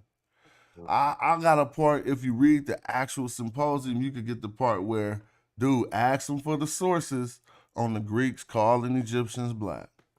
So I'm like, wow, you teaching them about that? Wow, you killing it, Joe. You feel me? Because he's like, whoa, I need to look at that. So in 74, go ahead. I'm saying, like, it's crazy, like, how much work that they have to do, and still, there's dudes who are doubting them and saying that their scholarship is pseudo. Now we're gonna continue because they're gonna say, "Why you didn't really read that?" That means you could read the parts I didn't read, and then you could get me. So let's read. It say, nevertheless, for a number of reasons, the discussions were still very constructive. So y'all gotta understand what this nevertheless is.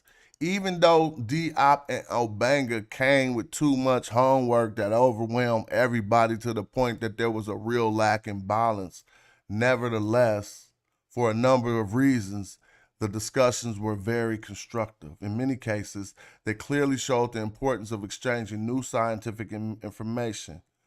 How did they do that? Because Diop never suggested that. It says they brought home to almost all participants the shortcomings of the methodological criteria which had hitherto been used in research. They drew attention to the examples of new methodological approaches on the basis of which the questions before the symposiums could be studied in a more scientific manner. That's that multidisciplinary approach. Exactly, that they laid out. This first meeting should, in any case, be regarded as providing a basis for the future international and interdisciplinary discussions and as a starting point for the future researches which were clearly shown to be necessary. A large number of recommendations is a reflection of the desire of the symposium to suggest a future program of research. All right. It says the symposium also, excuse me, I never reparked my car. Damn. Hold on.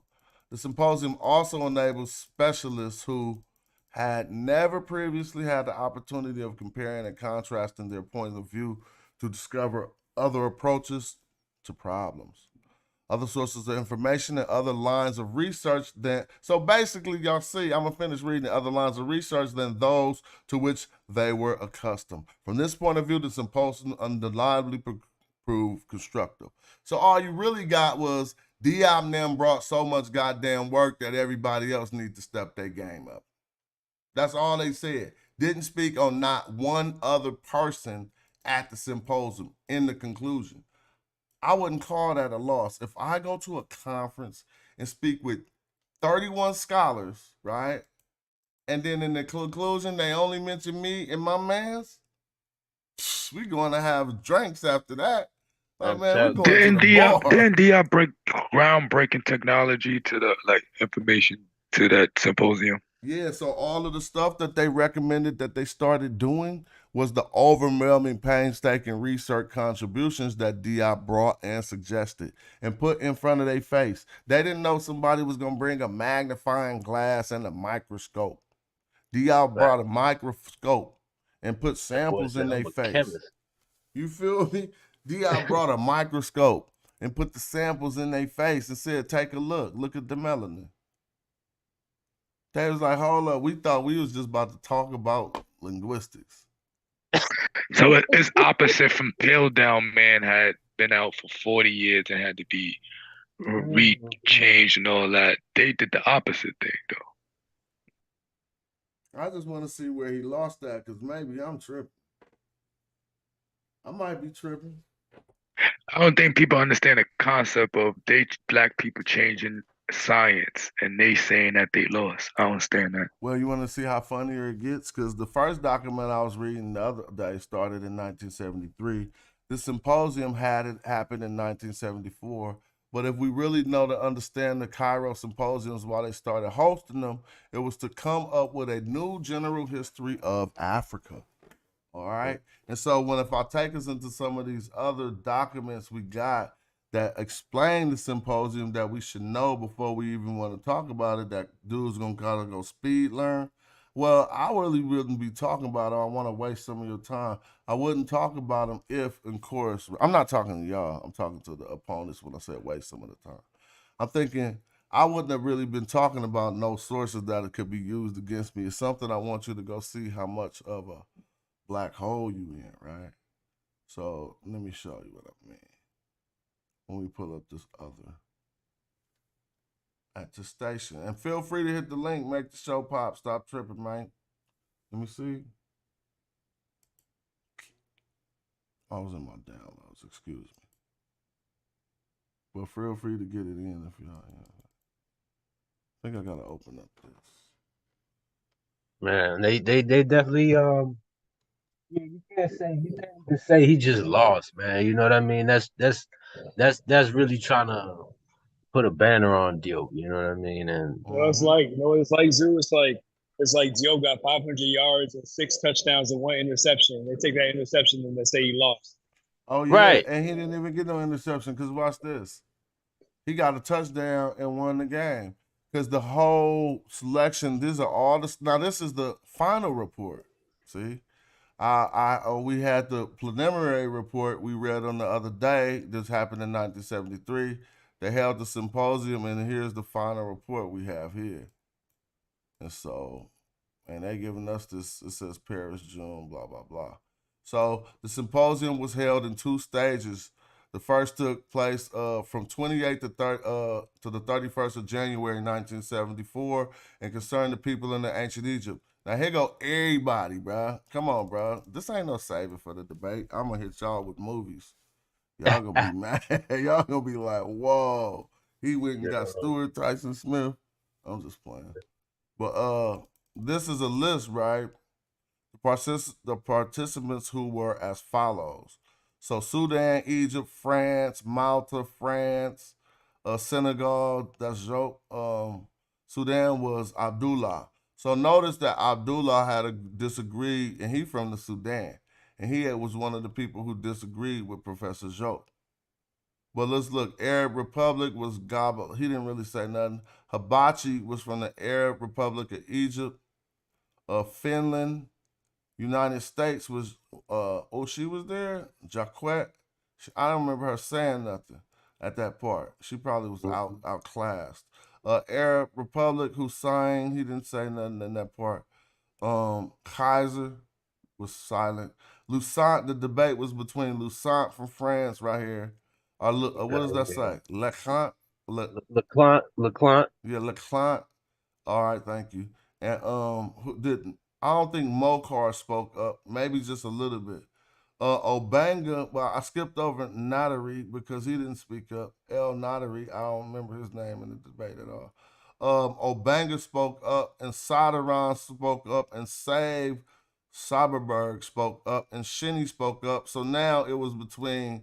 Now you see what happened. France spoke up, and Sweden spoke up. Canada spoke up, France spoke up, and France spoke up. So it was funk, but it was Block said one thing from France. We could go look through the book. We could go right back to the book and put these names. So this is why having this multiple data on the subject will help us know a lot more.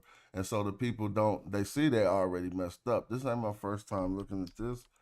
And so I think she said something in the preliminary to show. Oh, I closed it out. Hold up. It's always interesting to me the reaction of like native Egyptians, modern Egyptians to the Jopian kind of work. Well, you know what? When I keep it real, back in 1974, only one dude was from the Sudan who said something. All of the people from Egypt was quiet. Arab Republic, none of these people, if we go look into the text, you ain't gonna see, well, you're gonna see Quarket. She from America, see? So I seen Hibachi said something in another part, but they had a Sudan Uncle Ruckus in there. Yeah, it was all of these France, Sweden, Canada, and France, and then Lusant from France, Leclant from France, and then it was Blanc.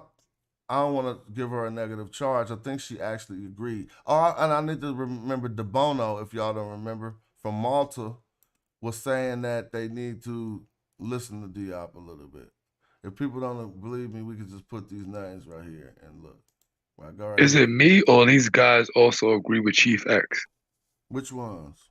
Oh yeah, the new Mediterranean crew. Yeah, the new Mediterranean. Yeah, everybody in agreement now. I mean, damn. I'm like, dang, y'all crazy. I had seen the videos that had me crazy. Debono. Let's see what she says. Yeah, I mean, Chief X got a new crew he leading. Because if you start something and everybody get on your line, you the leader. Professor De Bono, departing from the discussion of Professor Vercomtier paper, reported on some of the discoveries he had made himself. I thought that was a she. It said his work in the field of archaeology and physical anthropology had led him to the following conclusions. In the research in the lower Paleolithic period, which he had carried out in the Theban hills, he had discovered proof of existence in the most primitive form of man. So he agreeing with Job, because that's what Diop says earlier. He like, what? Y'all said they was black people. Y'all said everybody came from Africa. Y'all said they left up out of Egypt. So how y'all think it wasn't none there? But anyway, this is what he kind of helping Diop with right now, because he did some research in the Theban hills. Human remains have not yet been discovered, but the use of stone implements, pebble culture, and had been authenticated by discoveries in geological strata, which could be confidently dated. It says in the plain of Abbasia, a similar stratum had been discovered earlier and had been classified as Eolithic. It says earlier discoveries. So he's on Diop's side, because Diop earlier had gave him the logic about why y'all doing that. So if I go back to this other document, it was really only these French people who chimed in. But I'm pretty sure this final report is going to say it in a different way. Them French dudes hated Diop. Yeah, and this whole thing ain't about this. Is about the whole symposium. But this is dudes. A lot of this is dudes. A lot of dudes short hair riding and stuff.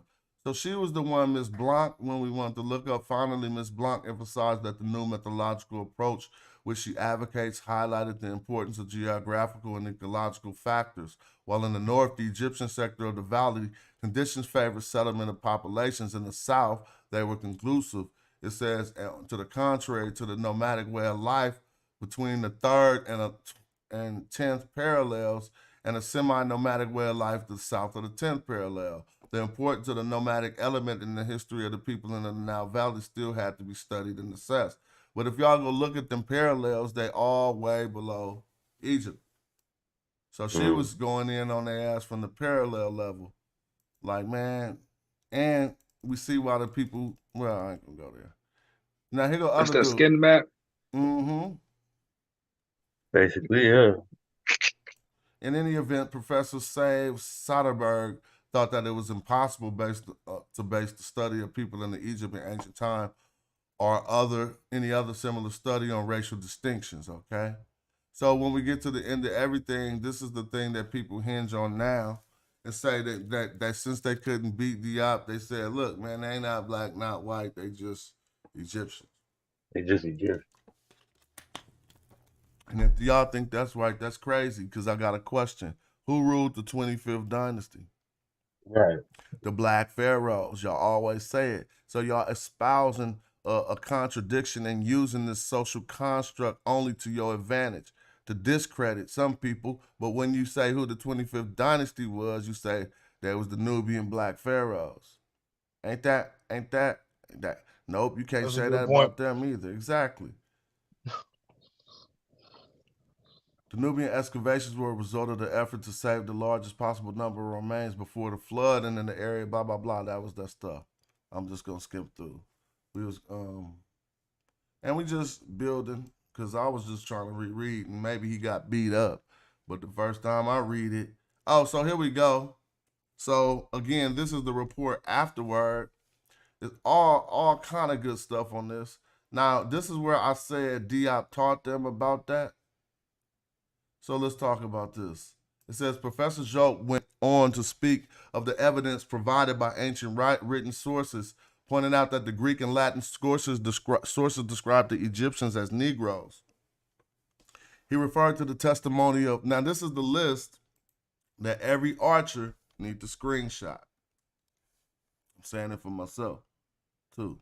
Because when I got this list down pat, don't let me have another tool under my belt, man, that nobody got under their belt. We need to know all these names by heart and all their attestations and where it's at in the book.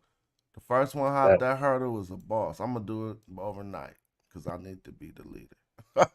I was thinking about Lucian the other day, because when Lucian is describing, what does he say? He says, I see the crew with their black limbs, or something like that. And he's describing, it's supposed to be a play, but the classical experts, they say that it's based on a real story, basically. And well, it's a you whole want to story know what? A bunch of Egyptians leaving Egypt. Well, that's really good, because I have a primary we can line that up. I mean, that could be lined up with a primary really good that says, take the goods to the Kemetiu on the boat. And they say that Kemetiu means Egyptians, but I got another attestation where they describe the people on the boat by their black limbs, right?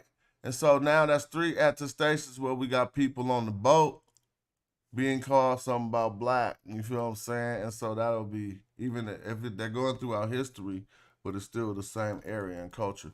This was a Kemetiu account from the areas of Byblos. G. Lacan in the building. I think you're getting this mic right.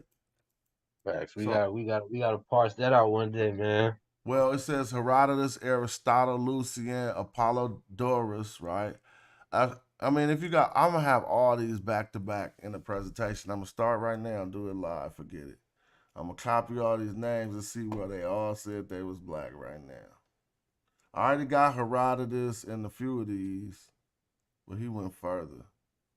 G. Lacan, what's up with you, boy? Yeah, can you hear me? Yes, sir. How are you? Doing well. How's everything, man? Oh, can't complain. A question to you while you're doing that. That Arab Sudanese, I don't think he was black. Like. Who you I think he talking was about? Arab. Who you talking about? Went against Diop. Oh, well, he said he might have been Arab, but he was representing the Sudan. I hear you. Yeah. Like, see, there you go, though. Because I just was saying the places they was from. I said, see, I didn't say nothing about their race. I'd probably call them the white people, though, huh? Did I? I think don't I know if did. Oh, you did. but I think I said Gila Khan. France, Sweden, boom, and the Sudan. They probably all got on that white stuff. I probably said that. But my point It's is so to it's not confuse those constructs with just other stuff. I was gonna say it's a lot of like, black as midnight people in Sudan who classify themselves as Arab culturally. Yeah, So but go ahead. those mixed breed Sudanese been in control of Sudan for the longest, and I don't think I think it's one of those either mixed breed or actual Arab who Hey, either way, he was a op because he was trying to say that Kim didn't mean black, so he was definitely a op. Who yeah. tried to say that? It was Abdullah. Oh yeah, they got past him. Sazaran had to take up to what you call it. What was Oh, go ahead. what was his full name though? Does it say anything, or they just say Abdullah? It do say his whole name, and you could get all of that. Y'all see this article I'm looking at? It's from 1950. Is it showing in the Zoom or not? You still got I see. blue page up. Oh, hold on. All right, well, to answer your question, Abdullah, I will look right now and see what his name is, but let me share the screen in a way so I can multitask. So what was Abdullah at? He was, we can see right here. Hold up. No. I mean, you gonna go see what his work is. Bring us back some information on this dude who was hating on D. Yeah, I do that. You feel me? Like, oh, that's why he hated. Let me see. They're gonna be like, they trying to do everything to get away. No, but what's hella funny though, what's hella funny is that Dr. Mario Beatty at the ASCAT conference literally compared the riparians to Abdullah when they were trying to say that Kim and Kemet didn't mean black. Yeah, he did that, and he said he felt like he was reliving the discussion. Yeah, and, I mean, I feel like kind of the same too. Now I'm just stuck with this thing open on my other screen, and whenever I tried to grab it, it wasn't sliding over. Y'all can see it now. It's with the blue stuff on the screen. All right. So we looking for dude name you asked. Let's go back to the top and see. His name is Professor Abdel Gadir. Abdel Gadir. You see that right there? I don't know how to say it. Abdel Gadir. How would y'all say that? Close enough. Abdel Gadir Abdallah. Yep, Abdel Gadir. You gotta say it like Ngozi. Abdel Abdallah. Yeah, I got hella loud though. Arabic names. Also, his name, you got the name. You look him up, and that's the list of everybody. Some of the scholars at the bottom did continue to do a lot in Egyptology, but they not known like Joe. Hey, can you go back real quick? To where? Say his name again. Whose name? Oh, you trying to Abdullah? Do it? Yeah. Yeah. My bad. I'll make it help. What you writing? Another thing, man, get your technology up. You writing with a pencil? You take a screenshot. Oh, I got it. I had to make sure it was the right spelling. Yeah. I got it. You did write Appreciate it down, huh? You hard. Shout out to you. Yeah, I got it. Thank you. No, thank you. Yeah, that's Professor.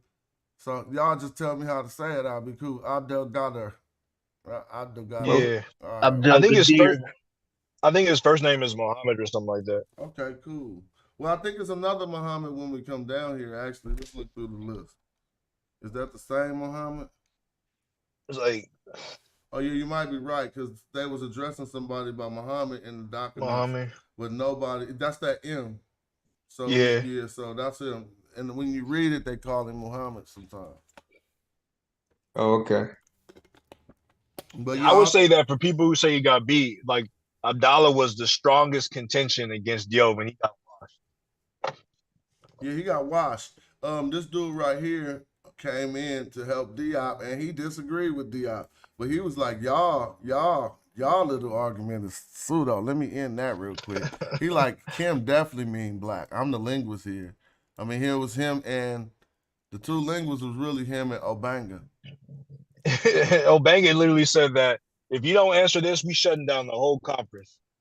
It started getting to some beef. That's why it's good to read that stuff. Yeah. Because that was like, Obanga replies with a steaming charge. I was like, dang, he must have been like, bro, you gonna lie and let this fool say it don't mean Kim? And the thing about it is, like, all the contentions, like for all those who use Egyptomaniacs, the contentions against Diop and Obanga, they were trying to tie Kemet to the Semitic world, whereas Diop and Obanga was using West and Central African modern cultural features in their analysis. So they always stay grounded in contemporary Africa, and their arguments literally won the day. Look at the Met. The Met Museum proved that their arguments won the day. My brother. You said West and Central Africa? Huh? Yeah. That shit ain't coming on. I don't know what's going on. Oh, somebody got mute out. Oh, that's my fault. I apologize, guys. Oh yeah. Dang, Oh, Kamji, did you see they got the that colloquium coming up at the Black Museum? Oh, really? Yeah, they When got is they it? got a big colloquium that they're organizing in Senegal at the Black Museum. Dang, I definitely want to participate in that. I wonder if they're like accepting papers and stuff. That's what I'm saying. I don't know if they still are, but man, I would definitely say work your links. You know what I'm saying? Even if Nah, definitely. we can't get in there per se, to have a link on there to share with the people would be pretty dope for real. I mean, they already have the Senegalese historical review, and then they got Ganout. So these are like two peer-reviewed journals created by Africans, like in the same legacy of this conference. So I'm pretty sure like Dr. Nasir Sarr is going to be participating. For sure. For sure. You know, they say it, the way that they titled it, I know it's like it's gonna be pretty dope. It's gonna be lit. All right. I don't know how good the constant fighting be in the chat for the support for the channel. What y'all think? It's cool. The fighting, you said? Yeah. I don't know. I don't be always paying deep. attention. I think it'd be a lot of haters coming in here trying to get their bars off. Huh? It'd be a lot of bugs to squash. You talking about like the Black Egypt back and forth? I mean, just sometimes I'll be looking like, is this getting nasty? But I can't, I can't pay enough full attention. But I don't like to sponsor no nastiness. I mean, I saw Juju going back and forth with UKA. Yeah, they squashed that, I thought. But I don't mind rowdiness. You know what I'm saying? Like, men gotta express themselves. I don't mind you saying, oh, blah, blah, and barking on them. Can I share something real quick? But vulgarities and all the other stuff start to get distasteful at this age. But yeah, go right ahead. Let me make it so you can share. Yeah, I agree, Smash. It should be a time and a place, Yeah, exactly. Like you could get brolic, but have some control and some borders. I love it when the chat is spicy for real. Exactly. But then not somebody will type that one word and they'll be like, "Oh, you took it Oh. overboard." God damn, we Took just it too far, banging. man. We just banging, having fun. It gotta stay fun. You know what I'm saying? I want people to bang, but I don't want nobody to say F-U-N word. I'm like, oh, you didn't took it overboard. Damn. Took it too far. So who we looking at? Amani Shiketo? Or no, am I wrong? I'm just guessing. That's my max on you, because this is smiting, right? Well, yeah, definitely. This would be a Nubian scene, but I wouldn't know if this would be of a pharaoh or a queen. And if we look at the script, we're gonna see melodic there. But this is what I said: zoom in so I can play my song, so you can hear it right with that. Now I'm gonna share. You see that? Is that Meta Nature? No, that's melodic script in the cartouche. See, I represent Nubian shit, bro. I mean, they don't only come to me like that. You see the Shinu up there or the cartouche? But it don't got meta. Well, some could say that's Metal Nature. They ain't gonna know. You won't be able to read that name right in Metal Nature too much. And so if we could zoom in on it, I could try. And I see a T and a cute looking thing, right? And I do know Hold on, it won't stay because you know how you zoom in and I did it off my phone. I'm on my phone. So it Oh yeah, won't. don't worry about it. But I can show you similar if I share the Yeah, yeah. screen.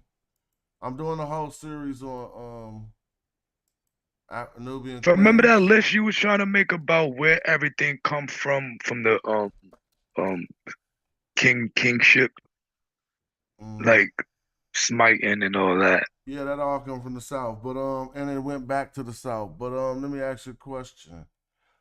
Some people say no, the spiting scheme they got one in Mesopotamia too. But all right, but people, whenever you became a king, you smited somebody. Like so, that could develop in multiple places. Normally, the biggest smiter gets it in the best. Like you, another it was all this presidency and stuff we know where you can have a dude ruling who ain't got hands and stuff. That's nonsense. He would always still. I mean, a lot of the time, unless you just inherited the throne, you would train to be one of the best fighters, but you got to still be a warrior too. I don't know why I'm just emphasizing that, but it was apparent. I thought it was Imani Shiketo, so I'm looking at stuff from her. And notice when we go into the new language, we still retain the Amen, right? Amani, one of Amen. Shah, I can't tell you, Keto. But I can tell you this is Maradic, but it'll be close to ancient Egyptian to where we can still pull Amen out of there. So a consistency we'll see when we go into the Nubian queen list. Anybody want to have fun and do that wiki. You could go to Queens of Kush. And I'm making a video series out of this. And I'm just getting the data from simple places, popping it in the AI and putting some video little clips to it and just make a simple series to make the information more digestible in this new age. And so I'm just have fun doing that. So it says the queen of the Kush, the queens of Kush, some were Kandakis, ruling in their own right, while others were just queen consorts. So let's remember that from this European perspective, they presume that the way that it was set up in Kush was that I think all of them should be considered Kandakis, and some of them didn't have the presence of a husband, so they had to rule just as the Kandaki. Because even we could find the queen consorts that even when they leave, they had something we learned that's called a dual kingdom. But when we come into this list, one thing I'm gonna point out is how we're gonna see some, even when they came with their new language, they retained some of the culture of Kemet. As we can see, we can make most of the beginning of these names, right? And some of them I can make the full names, but everybody will see that that ain't really Medu Neter to say Amani Kalika. Amani Kalika. Kalika, we starting to sound more like some African names. Let's just keep it real. Then we got Amani Rashan, or whatever. I said Amani. I messed that up. Ak Rashan, okay? Ak Haka, not Haka, is an Egyptian word. Ak is too. So we could make her, now if she wanted to say it was about magic or her being a ruler, you can see that in her name.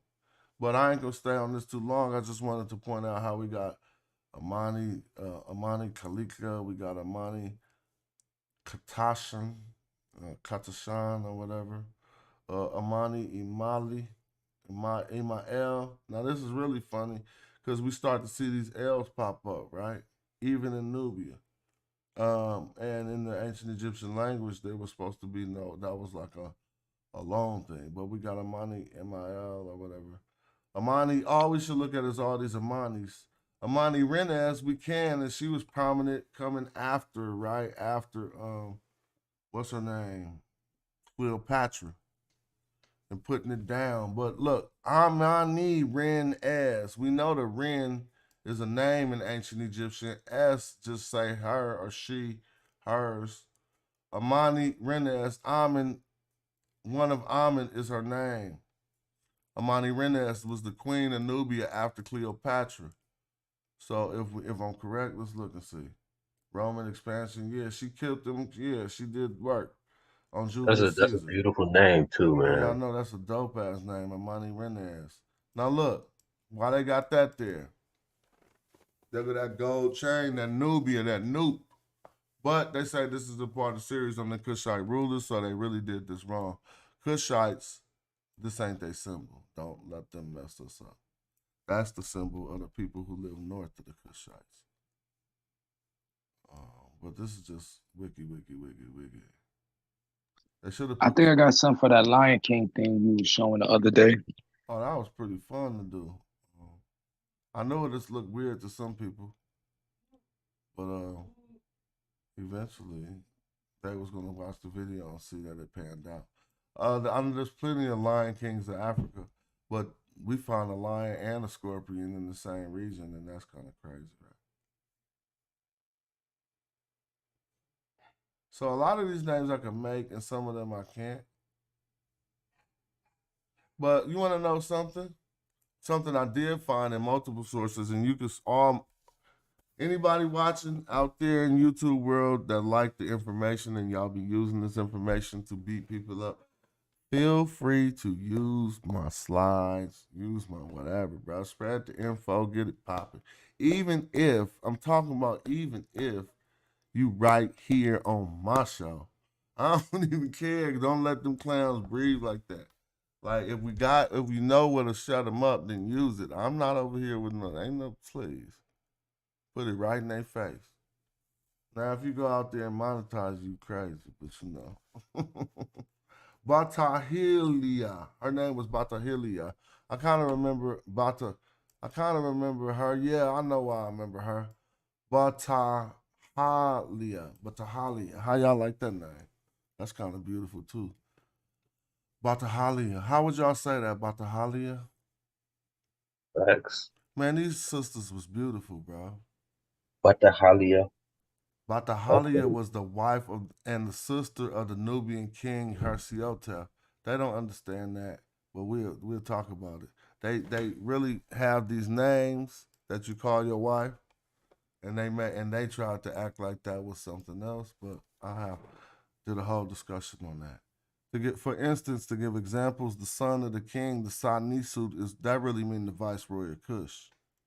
But if you didn't know that meant the viceroy of Kush and you just was reading the Medu Neter at an earlier stage, you would just say, look, the son of the king married the daughter of the king. Ugh.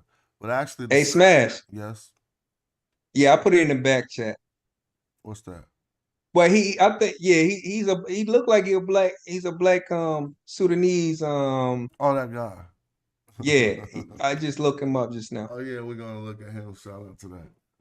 So that Okay. name okay? I do like that name, Batoyalia. If I had 1,500, one of them could be named that. But she was the daughter. She was the wife and sister of her Nubian king Hersiotep. Now Let me bring it Hersiotep up. is significant effect because, as you see, he represented himself as a pharaoh. So we can't really look at what people be trying to tell us like the Nubians was different and stuff, bro. So you're gonna be like, oh, he was just biting. Well, at least he knew the language. He did have a crown, but they got that Kushite regalia, right? And this may be him or a former Ahmed over here. I might need to read it. And this looks like a ram-headed god. It says the upper relative of a stela of a Maradic king, Hersiotep. Now, see, this would be crazy because they would take the ancient Egyptian script and put words into there. So we still see Cush over here. So what is this? Sumut, the mother of the pharaoh. Suit. If y'all can see what my thing is another suit, something else, right? And then we see the in Kush, Hayat in Kush, and the name is like Tesh Im Nefer Ma or something. I don't know what that is. Yeah. So, because this It's Mai seven. is the lion, oh, that's a recumbent lion. You could say Neferu. No, they put Neferu. That's Neferu. Because they put Ru. See how they changing the metal netter? This is crazy. So let me show it hella big if I can. So they took the Ru lion and put it after Nefer.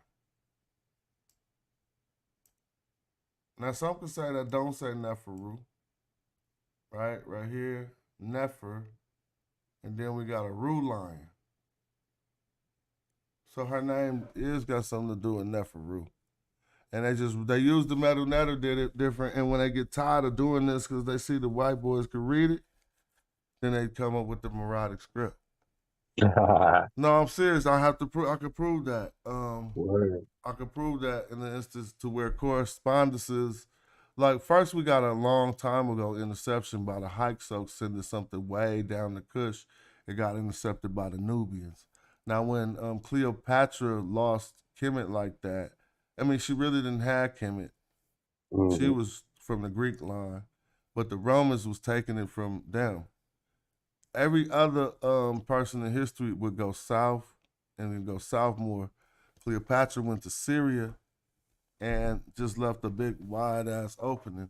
And so next we got Romans coming into the south, real Romans that take on a new term and a new language that these Merodic people had come up with, but it's still associated to the Medu Neter.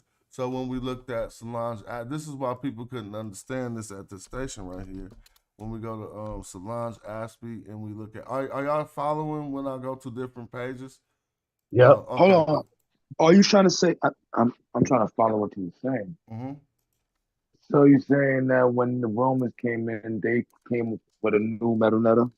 Not the Romans. The Merodic script lines up to about the time period of Roman rule. The creation of the old Nubian lines up to the time periods of Roman rule. So I'm saying they was coming out with new lingos at the time they was dealing with these people. Hold on. Hey. Was You know what though, excavated, so Smash? we're not quite sure I'm if she reading was over this buried in this era with Serapis and the the Ptolemies and everything. And that's wild considering what you brought up with the bitumen and all that. Wait, what did you just say? I missed you. I'm sorry. I've been rereading about Serapis and how the Ptolemies brought him about, or were involved with him, and just that era, and that's just it's interesting looking at that in contrast to what you brought up with the bitumen and Osiris and Blackness and all that. Oh yeah. Oh yeah, it's a real deal too. She about to talk about it in a minute.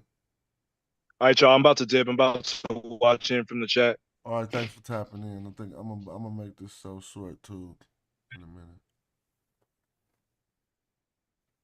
I wanted to show something that she showed. Well, they had this word Tamaya, which is very similar to Timahu, and she said it meant white people. And so I just look at the consistency of the patterns developing. I say this, look, let's look at the Demotic script. They ain't gonna say the Nubian started it, but I'll be looking over hella scripts. And so I can just demonstrate right now with the TLA. Damn. I can demonstrate with the TLA that this dating that they doing don't make no sense. So first of all, if we come here, let's look at this and watch how we trip off this. Just so people can see this date. It says time period 650 BC. Y'all see that? Yeah. Now we're gonna go to this. 25th DYNASTY. Again. What that say?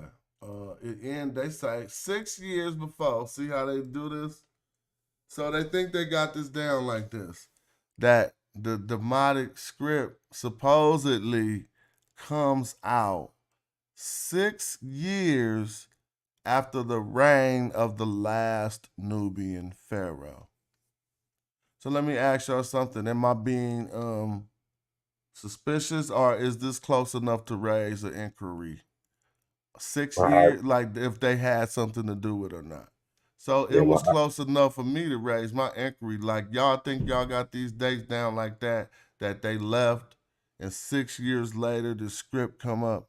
So all I had to do, and all any of us have to do, is go into a text corpus to look at early period Demotic texts.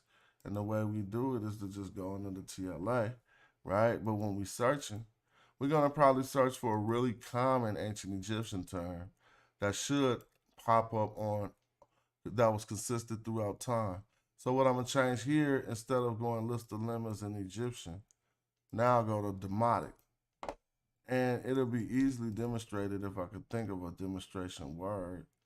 Let me try an easy one. Kimi, K-M-I. This should at least pop up, K-M-J. And I don't want the English. Okay, so we got 3 Demotic attestations. This ain't in the Meta Nature. This is in the Demotic script. Now let's look at the date of these attestations. Kimmy Schwartz, 1. So they was trying to say black. Notice here, even in the Demotic times, Kimmy means black. They got 1 attestation to it. Let's look at this one. When was this? And watch this beat the brakes off from if this is the one. I mean, I don't know if this is the one. I'm just saying we have to look at the periodization. So it's in the late period, okay? It happened. But how do you skip past that? Even in the demonic times, it was Kim men black. It was Kimmy. I know Kimmy was black. That's what I'm saying. This is crazy. And so here's an attestation where they're talking about a black bull, and it was called Kimmy. Let's see if they say the word bull around it. Gim is defined. I don't know why they got Gim right here. Junk. Oh, well, this is a period of time when the word switched. So see, now Gim is a young bull. So notice here, they say the bull. So that means the color is Kimmy behind it. It say black bull, see? So now, like, how you know? Well, all right. But that ain't what we came. Look, this is the late period. We want to see how these dates line up. Let's go to the text. We actually want to see the co-text that they ain't giving me. So maybe I can. My bad. It's just that facts just hit us in the face. Oh, no, that's good. It ain't nothing bad you did. Let me see. Co-text ain't popping up. Let me go. So when was, besides complete, Kim Gamin? And that was crazy how the white crown and the red crown meant Kim. That was mind blowing. Yeah, and it does mean complete in various places in context of counting money. Getting it means paid in full. But we gotta know these contexts, and we can't act like Kemet was about accounting. Most of the times they use that as about accounting. They would use Akim to end the document. But I tried to prove that before, and I forgot to look into the Demotic for people. So right now I'm trying to look at this attestation, but every time it translates it. Let's try this now.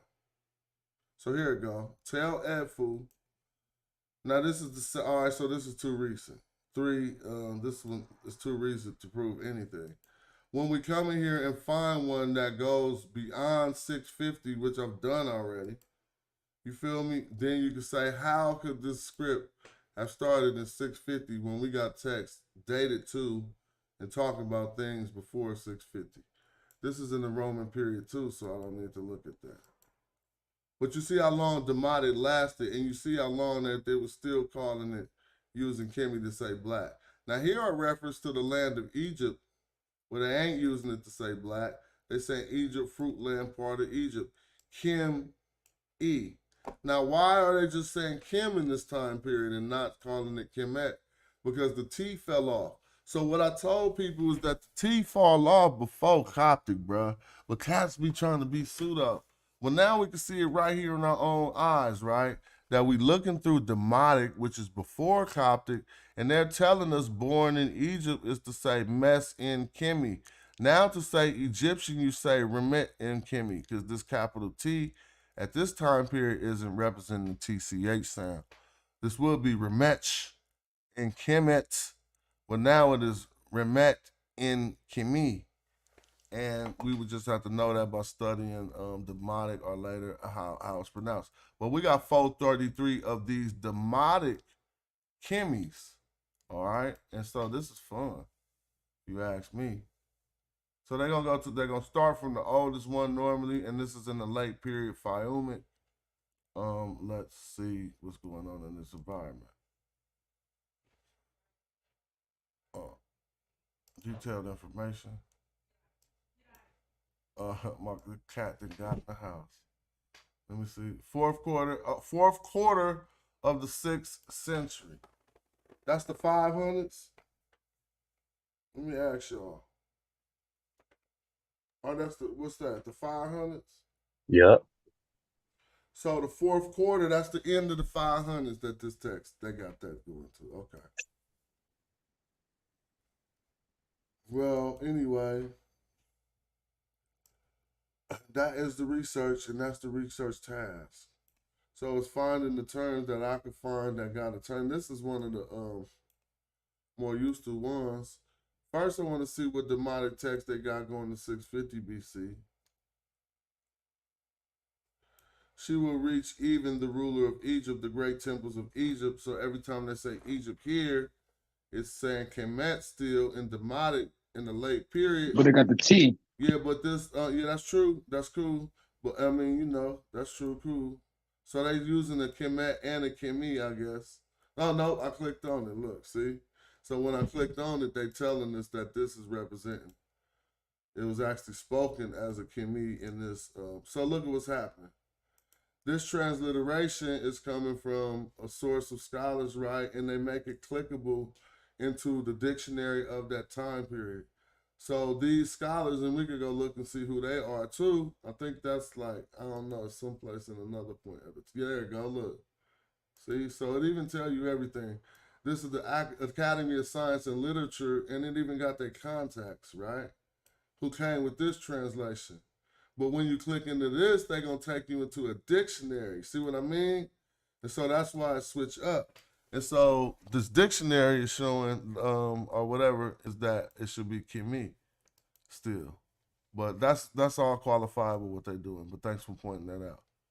But I want to see if do any of these match up with anything else that, whatever. Feel like I'm running on and I need to get something to eat. Voice of the service, the priest of Khnum, the great Lord of Elephantini, to whom Egypt is subordinate. Huh? Before, all right, yeah, that's cool, whatever. But I didn't find one so far that went before that 6 year line that needs to be crossed. But I thought I've seen it before and I don't remember how I got to it. I think it was a more easy term like hotel. Try that.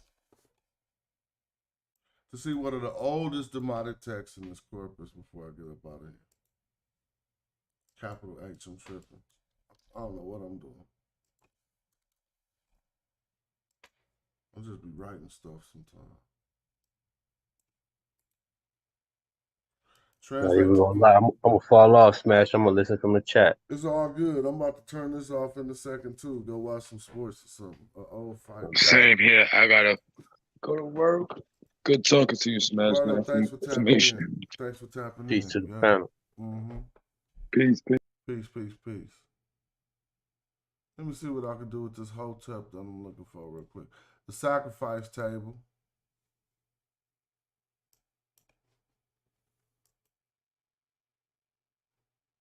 Yeah, these is all going to the Roman times. I'll look and see what I can find. Thanks for tapping in, G. Lacone. I'm going to get ready to close this stream down, do a little end thing, and then, so thanks for tapping in. I'm just closing down the Zoom. Yeah, man, ain't no Mediterraneans popped up tonight. They tired of getting bodied. Ain't that right?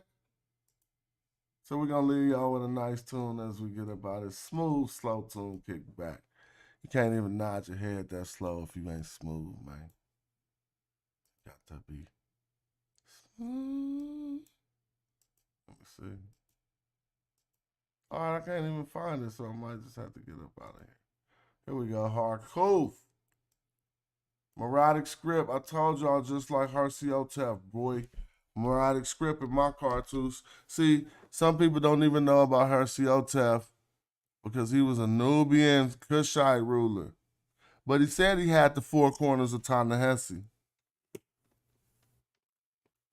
Let's see if he say any of that on here, because right here he say Kush over here. Excuse me. But that's his women. Hor, Sa, See, his name is Horsa.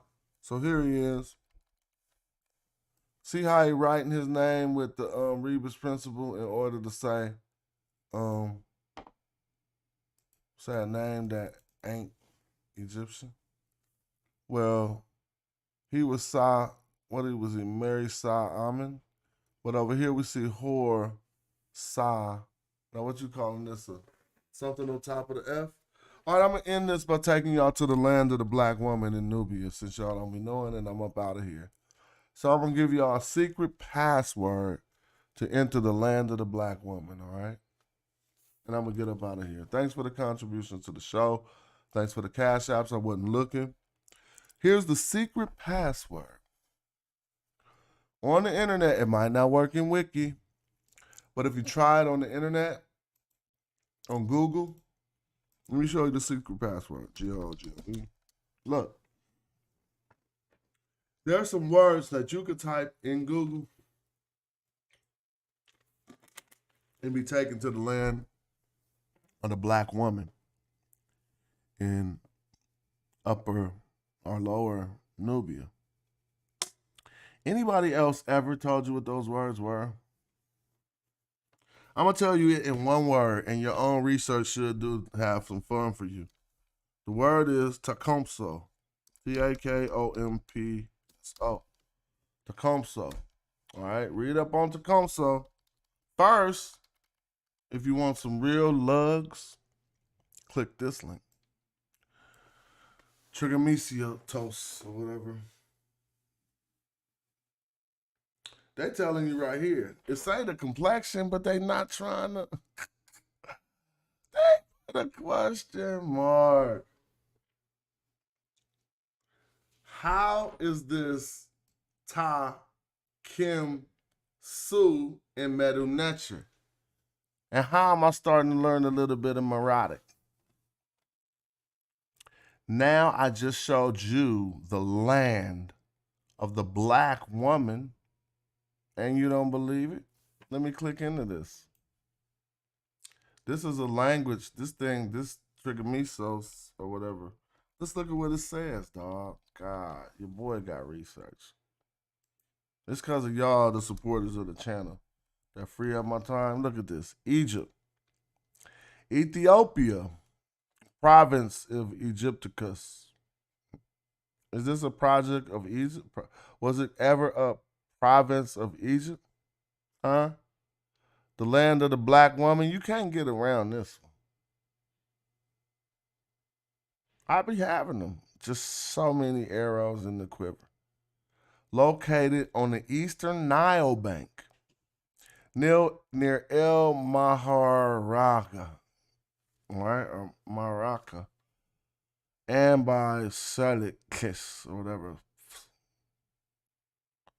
Seleucus, all right, at the entrance of Wadi Alak. So, it don't say what I say, huh? Slow it down. They just dissed you. The status is village, come, city, whatever. So it's a village. What does this say? Uh-oh. Greek name, Tecumseh, so I guess. Tecumseh.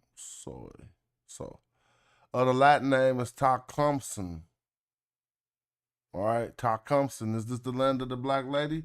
Let's go to the Egyptian and see. Egyptian names. Tai Kimi 600. So they messed that up, but I did the research and I'll show you the primary on that and see why they did that. Look, Tai Kim Sa. Oh boy, you could get the brakes beat off you. Damn, you could get the brakes beat off you if you didn't think I was going to show you the land of the black woman after I said it. Now see, Tai Kim Sa is going into the old Nubian or the Maratic Ta Kompso. So this P, I've been trying to figure out this P, but I found some consistencies on hella words. So this comb in the middle was Kim. Ta is still the land. And this had to do with something feminine, but let's look and see if I messed that up all the way. See, this so, it's gonna wind up being with femininity, because what it lines up in with the middle nature is a sa once for a woman, but once it is a su there. But Ta Kim, literally black land. See, this ain't Kemet. So you can't lie about this not being the land of the black. Ain't no lying about this one. It say Ta, which means land. Kim, which means black. Su, which could be a reference to the South. Sa, which could be a reference to a woman. Because it says Sa here. When I take you to the primary, you'll see Sati, that is feminized. And again, Takomso. So look it up and you're going to get a lot of good things about Takomso. It's going to take you into a whole bunch of Nubian learning, which I like to teach about. And then maybe you can refute me.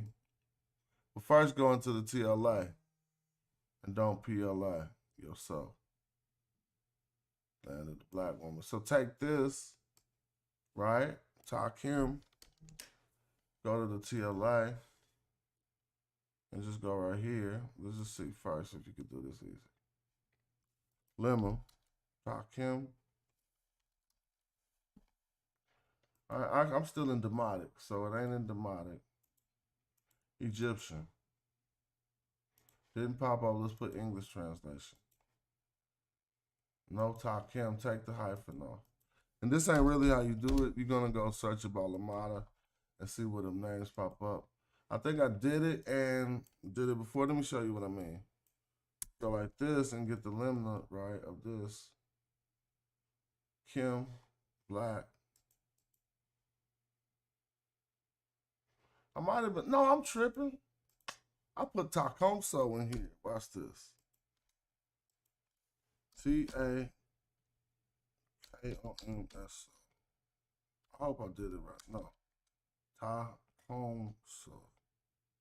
Do I gotta put the P? We're gonna see. I know one of these words is already in here. There you go. Now what? Your boy don't play. Look, what that say? Stop lying to yourself, man. Damn, that's why they get up out of Dodge when I get to doing my research. Doof, doof, doof, doof, doof. Ty, anybody can read this. That's the land of the black woman. Now, the thing is different here. Let me show you. People think Maradic don't follow the grammar rules of ancient Egyptians. Stop. Takomso. You see that? Takim Sati. Anybody try to tell you that don't say what I said, it said is lying. Well, there's a good probability they lying. We all know what ta means. Land. Or the. Kim, in this time period, is around the Demotic. We all know ta is either the or land. We all know Kim is black. She ain't complete. Shut up. It could be, she could be the dorsal fin woman. She could be the complete woman. She not. She the black woman. Now, the grammar changed, so now we find the adjective before the noun. This is Maradic. Well, look at this. If you want to attach it to the Kim, this is black land, and then you still got a woman. So now when you look at the cognate, which comes from the Maradic, we can line up the ta, we can line up the K and the M. We see they put a P in there for some reason. And we can line up with this SOT, don't do SOT, it do so.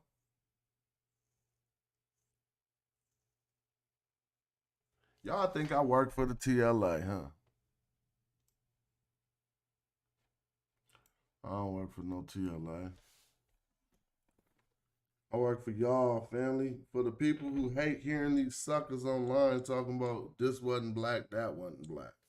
We're going to end the show and have some fun. Just to show you how I gets it in. We're going to have us some fun on the way out right now. Real quick, check it out. I want y'all to hear a few things. So y'all know how we do. We archers. We accurate.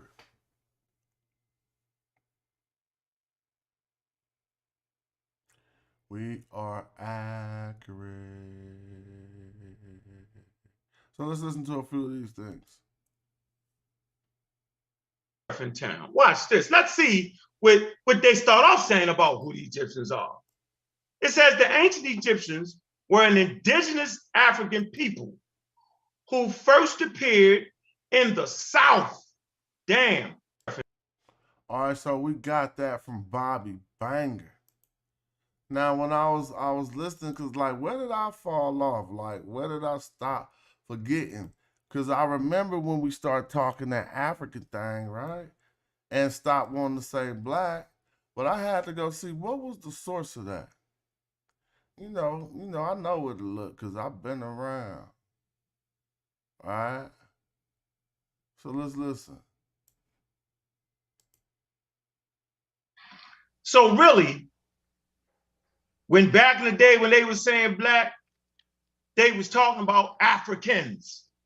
Then all of a sudden, right, when they realized that Egypt was in Africa, then half of Africa was just black people. I remember that. They called it the dark continent, right? And in the midst of their racism, niggas came from the dark continent, nowhere else. Then when they got there and seen them great monuments and all that shit, rising and breasted in them, then all of a sudden, you know what I'm saying? It was they ain't black no more. They half black. Oh, half of it, they put a line there and say, right there with Egypt style, oh, that's it. Everybody else is black, they not black. So the conversation about they not black was really saying that they not African. And that's why people confused, right? So black was really a synonymous with African, bro. So let's, for the standpoint of science, right? We'll just take the confusing term out of it, because when I say black, I actually mean African. Right? You don't fuck with Smash, boy. I got too much time on my goddamn hands. So when you say black, you mean African. So that's why you stop saying black, and now you just say they African. But they black. You just said it and explained it. Come on, boy. Let's do the debate. Let's get it cooking for the people. That was a good breakdown, too. Good breakdown, brother. In town. Watch. Come on, now.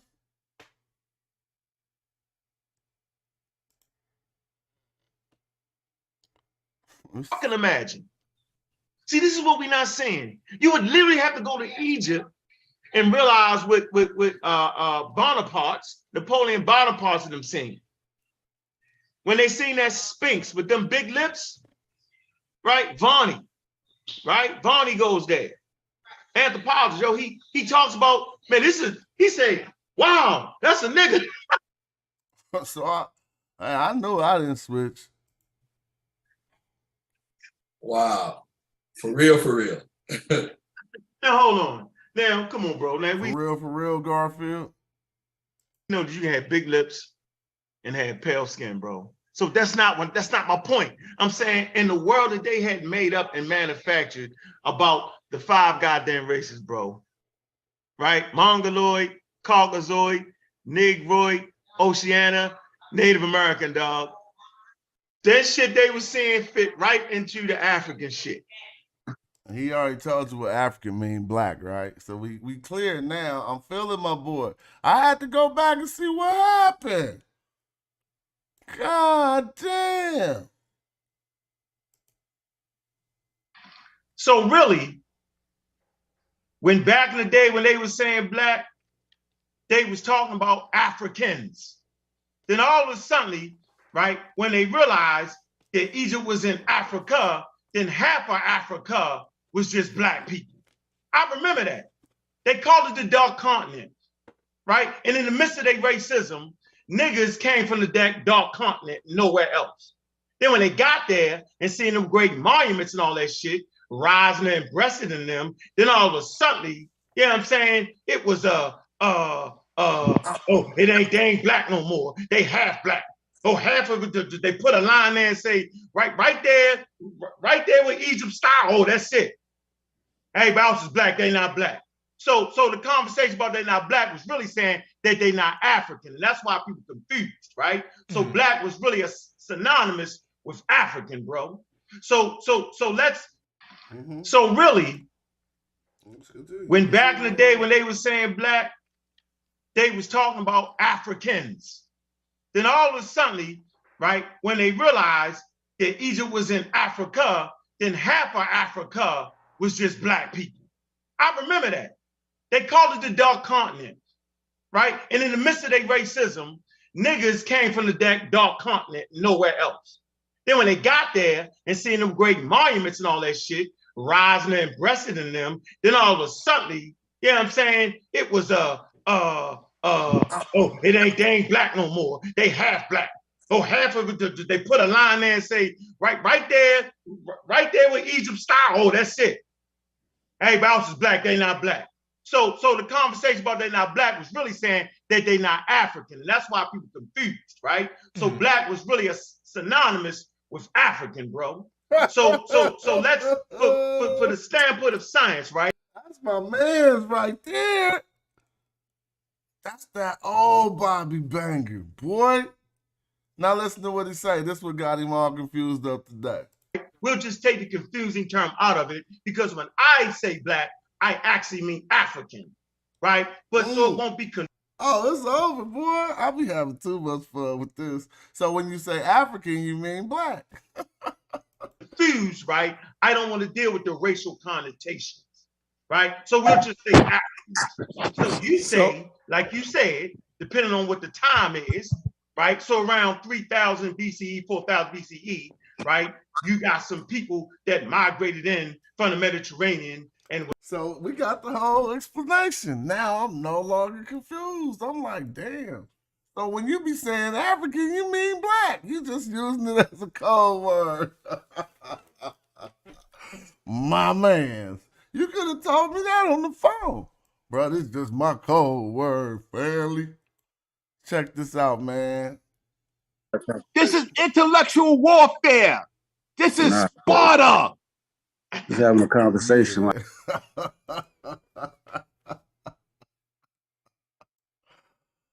All you had to tell me is, man, this is just a code word. I had to do research to figure out what happened.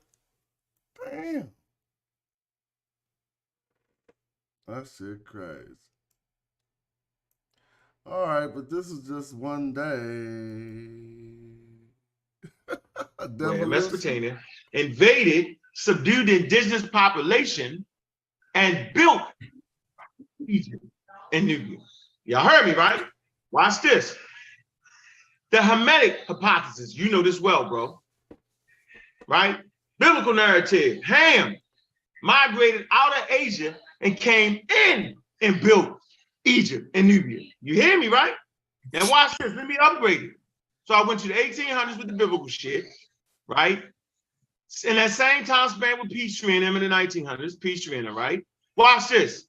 2022, you hear people say that these markers came from Asia and Europe and came in and built Egypt. It's the same goddamn thing. What is Bobby at? He was killing them. My man, bro. I'm going to bring you back too now that you hear yourself. You had him. Why'd you fall off? You had them. They couldn't get around this. Now you just a new punching bag. You elected to be. Elected to be. You said, you know what? I'm just going to hop on with Garfield train? Nonsense about this Egypt shit. I can't even keep a normal voice. My shit going up way high. About this Egypt shit. Oh my gosh. How recent is that? Now. It's now. I ain't holding nothing, bro. I'm making sure that you see it ain't gonna happen, bro. I got years. We've been talking for years. Bro, the further you go back, the worse it get, bro. It get ugly. Smash still be right there saying the same shit. So, you know, these is those doofs. Just to tell you, man, you're gonna have to answer for some things to the people. Hold on, let me hold up. Let me see if I got that. Hold on. Let me see if I got y'all together. Right now, hold on. You ain't gonna get one over on me, bro. I gotta see if I can find that right now. Yeah, yo. Munster, edited by Nuncer Ibrahim and Charles. It's all fun, man. You gotta know who you want to hit the hoop court with, man. Some niggas is out here. Where Mesopotamia invaded, subdued the indigenous population. No, he wasn't saying this happened. He was beating up Gozi. Y'all heard me, right? Watch this. Uh-huh. The Hermetic hypothesis. You know this well, bro. Right? Biblical narrative. Ham migrated out of Asia and came in and built Egypt and Nubia. You hear me, right? I remember that. And watch this. Let me upgrade it. So I went to the 1800s with the biblical shit, right? Uh-huh. In that same time span with Peachtree and them in the 1900s, Peachtree and them, right? Watch this. 2022, you hear people say that these markers came from Asia and Europe and came in and built Egypt. It's the same goddamn thing. Oh, wow. You get it? Change the terminology, yo, but it's still the same. I need you to keep killing them like that now, boy. This is an intervention.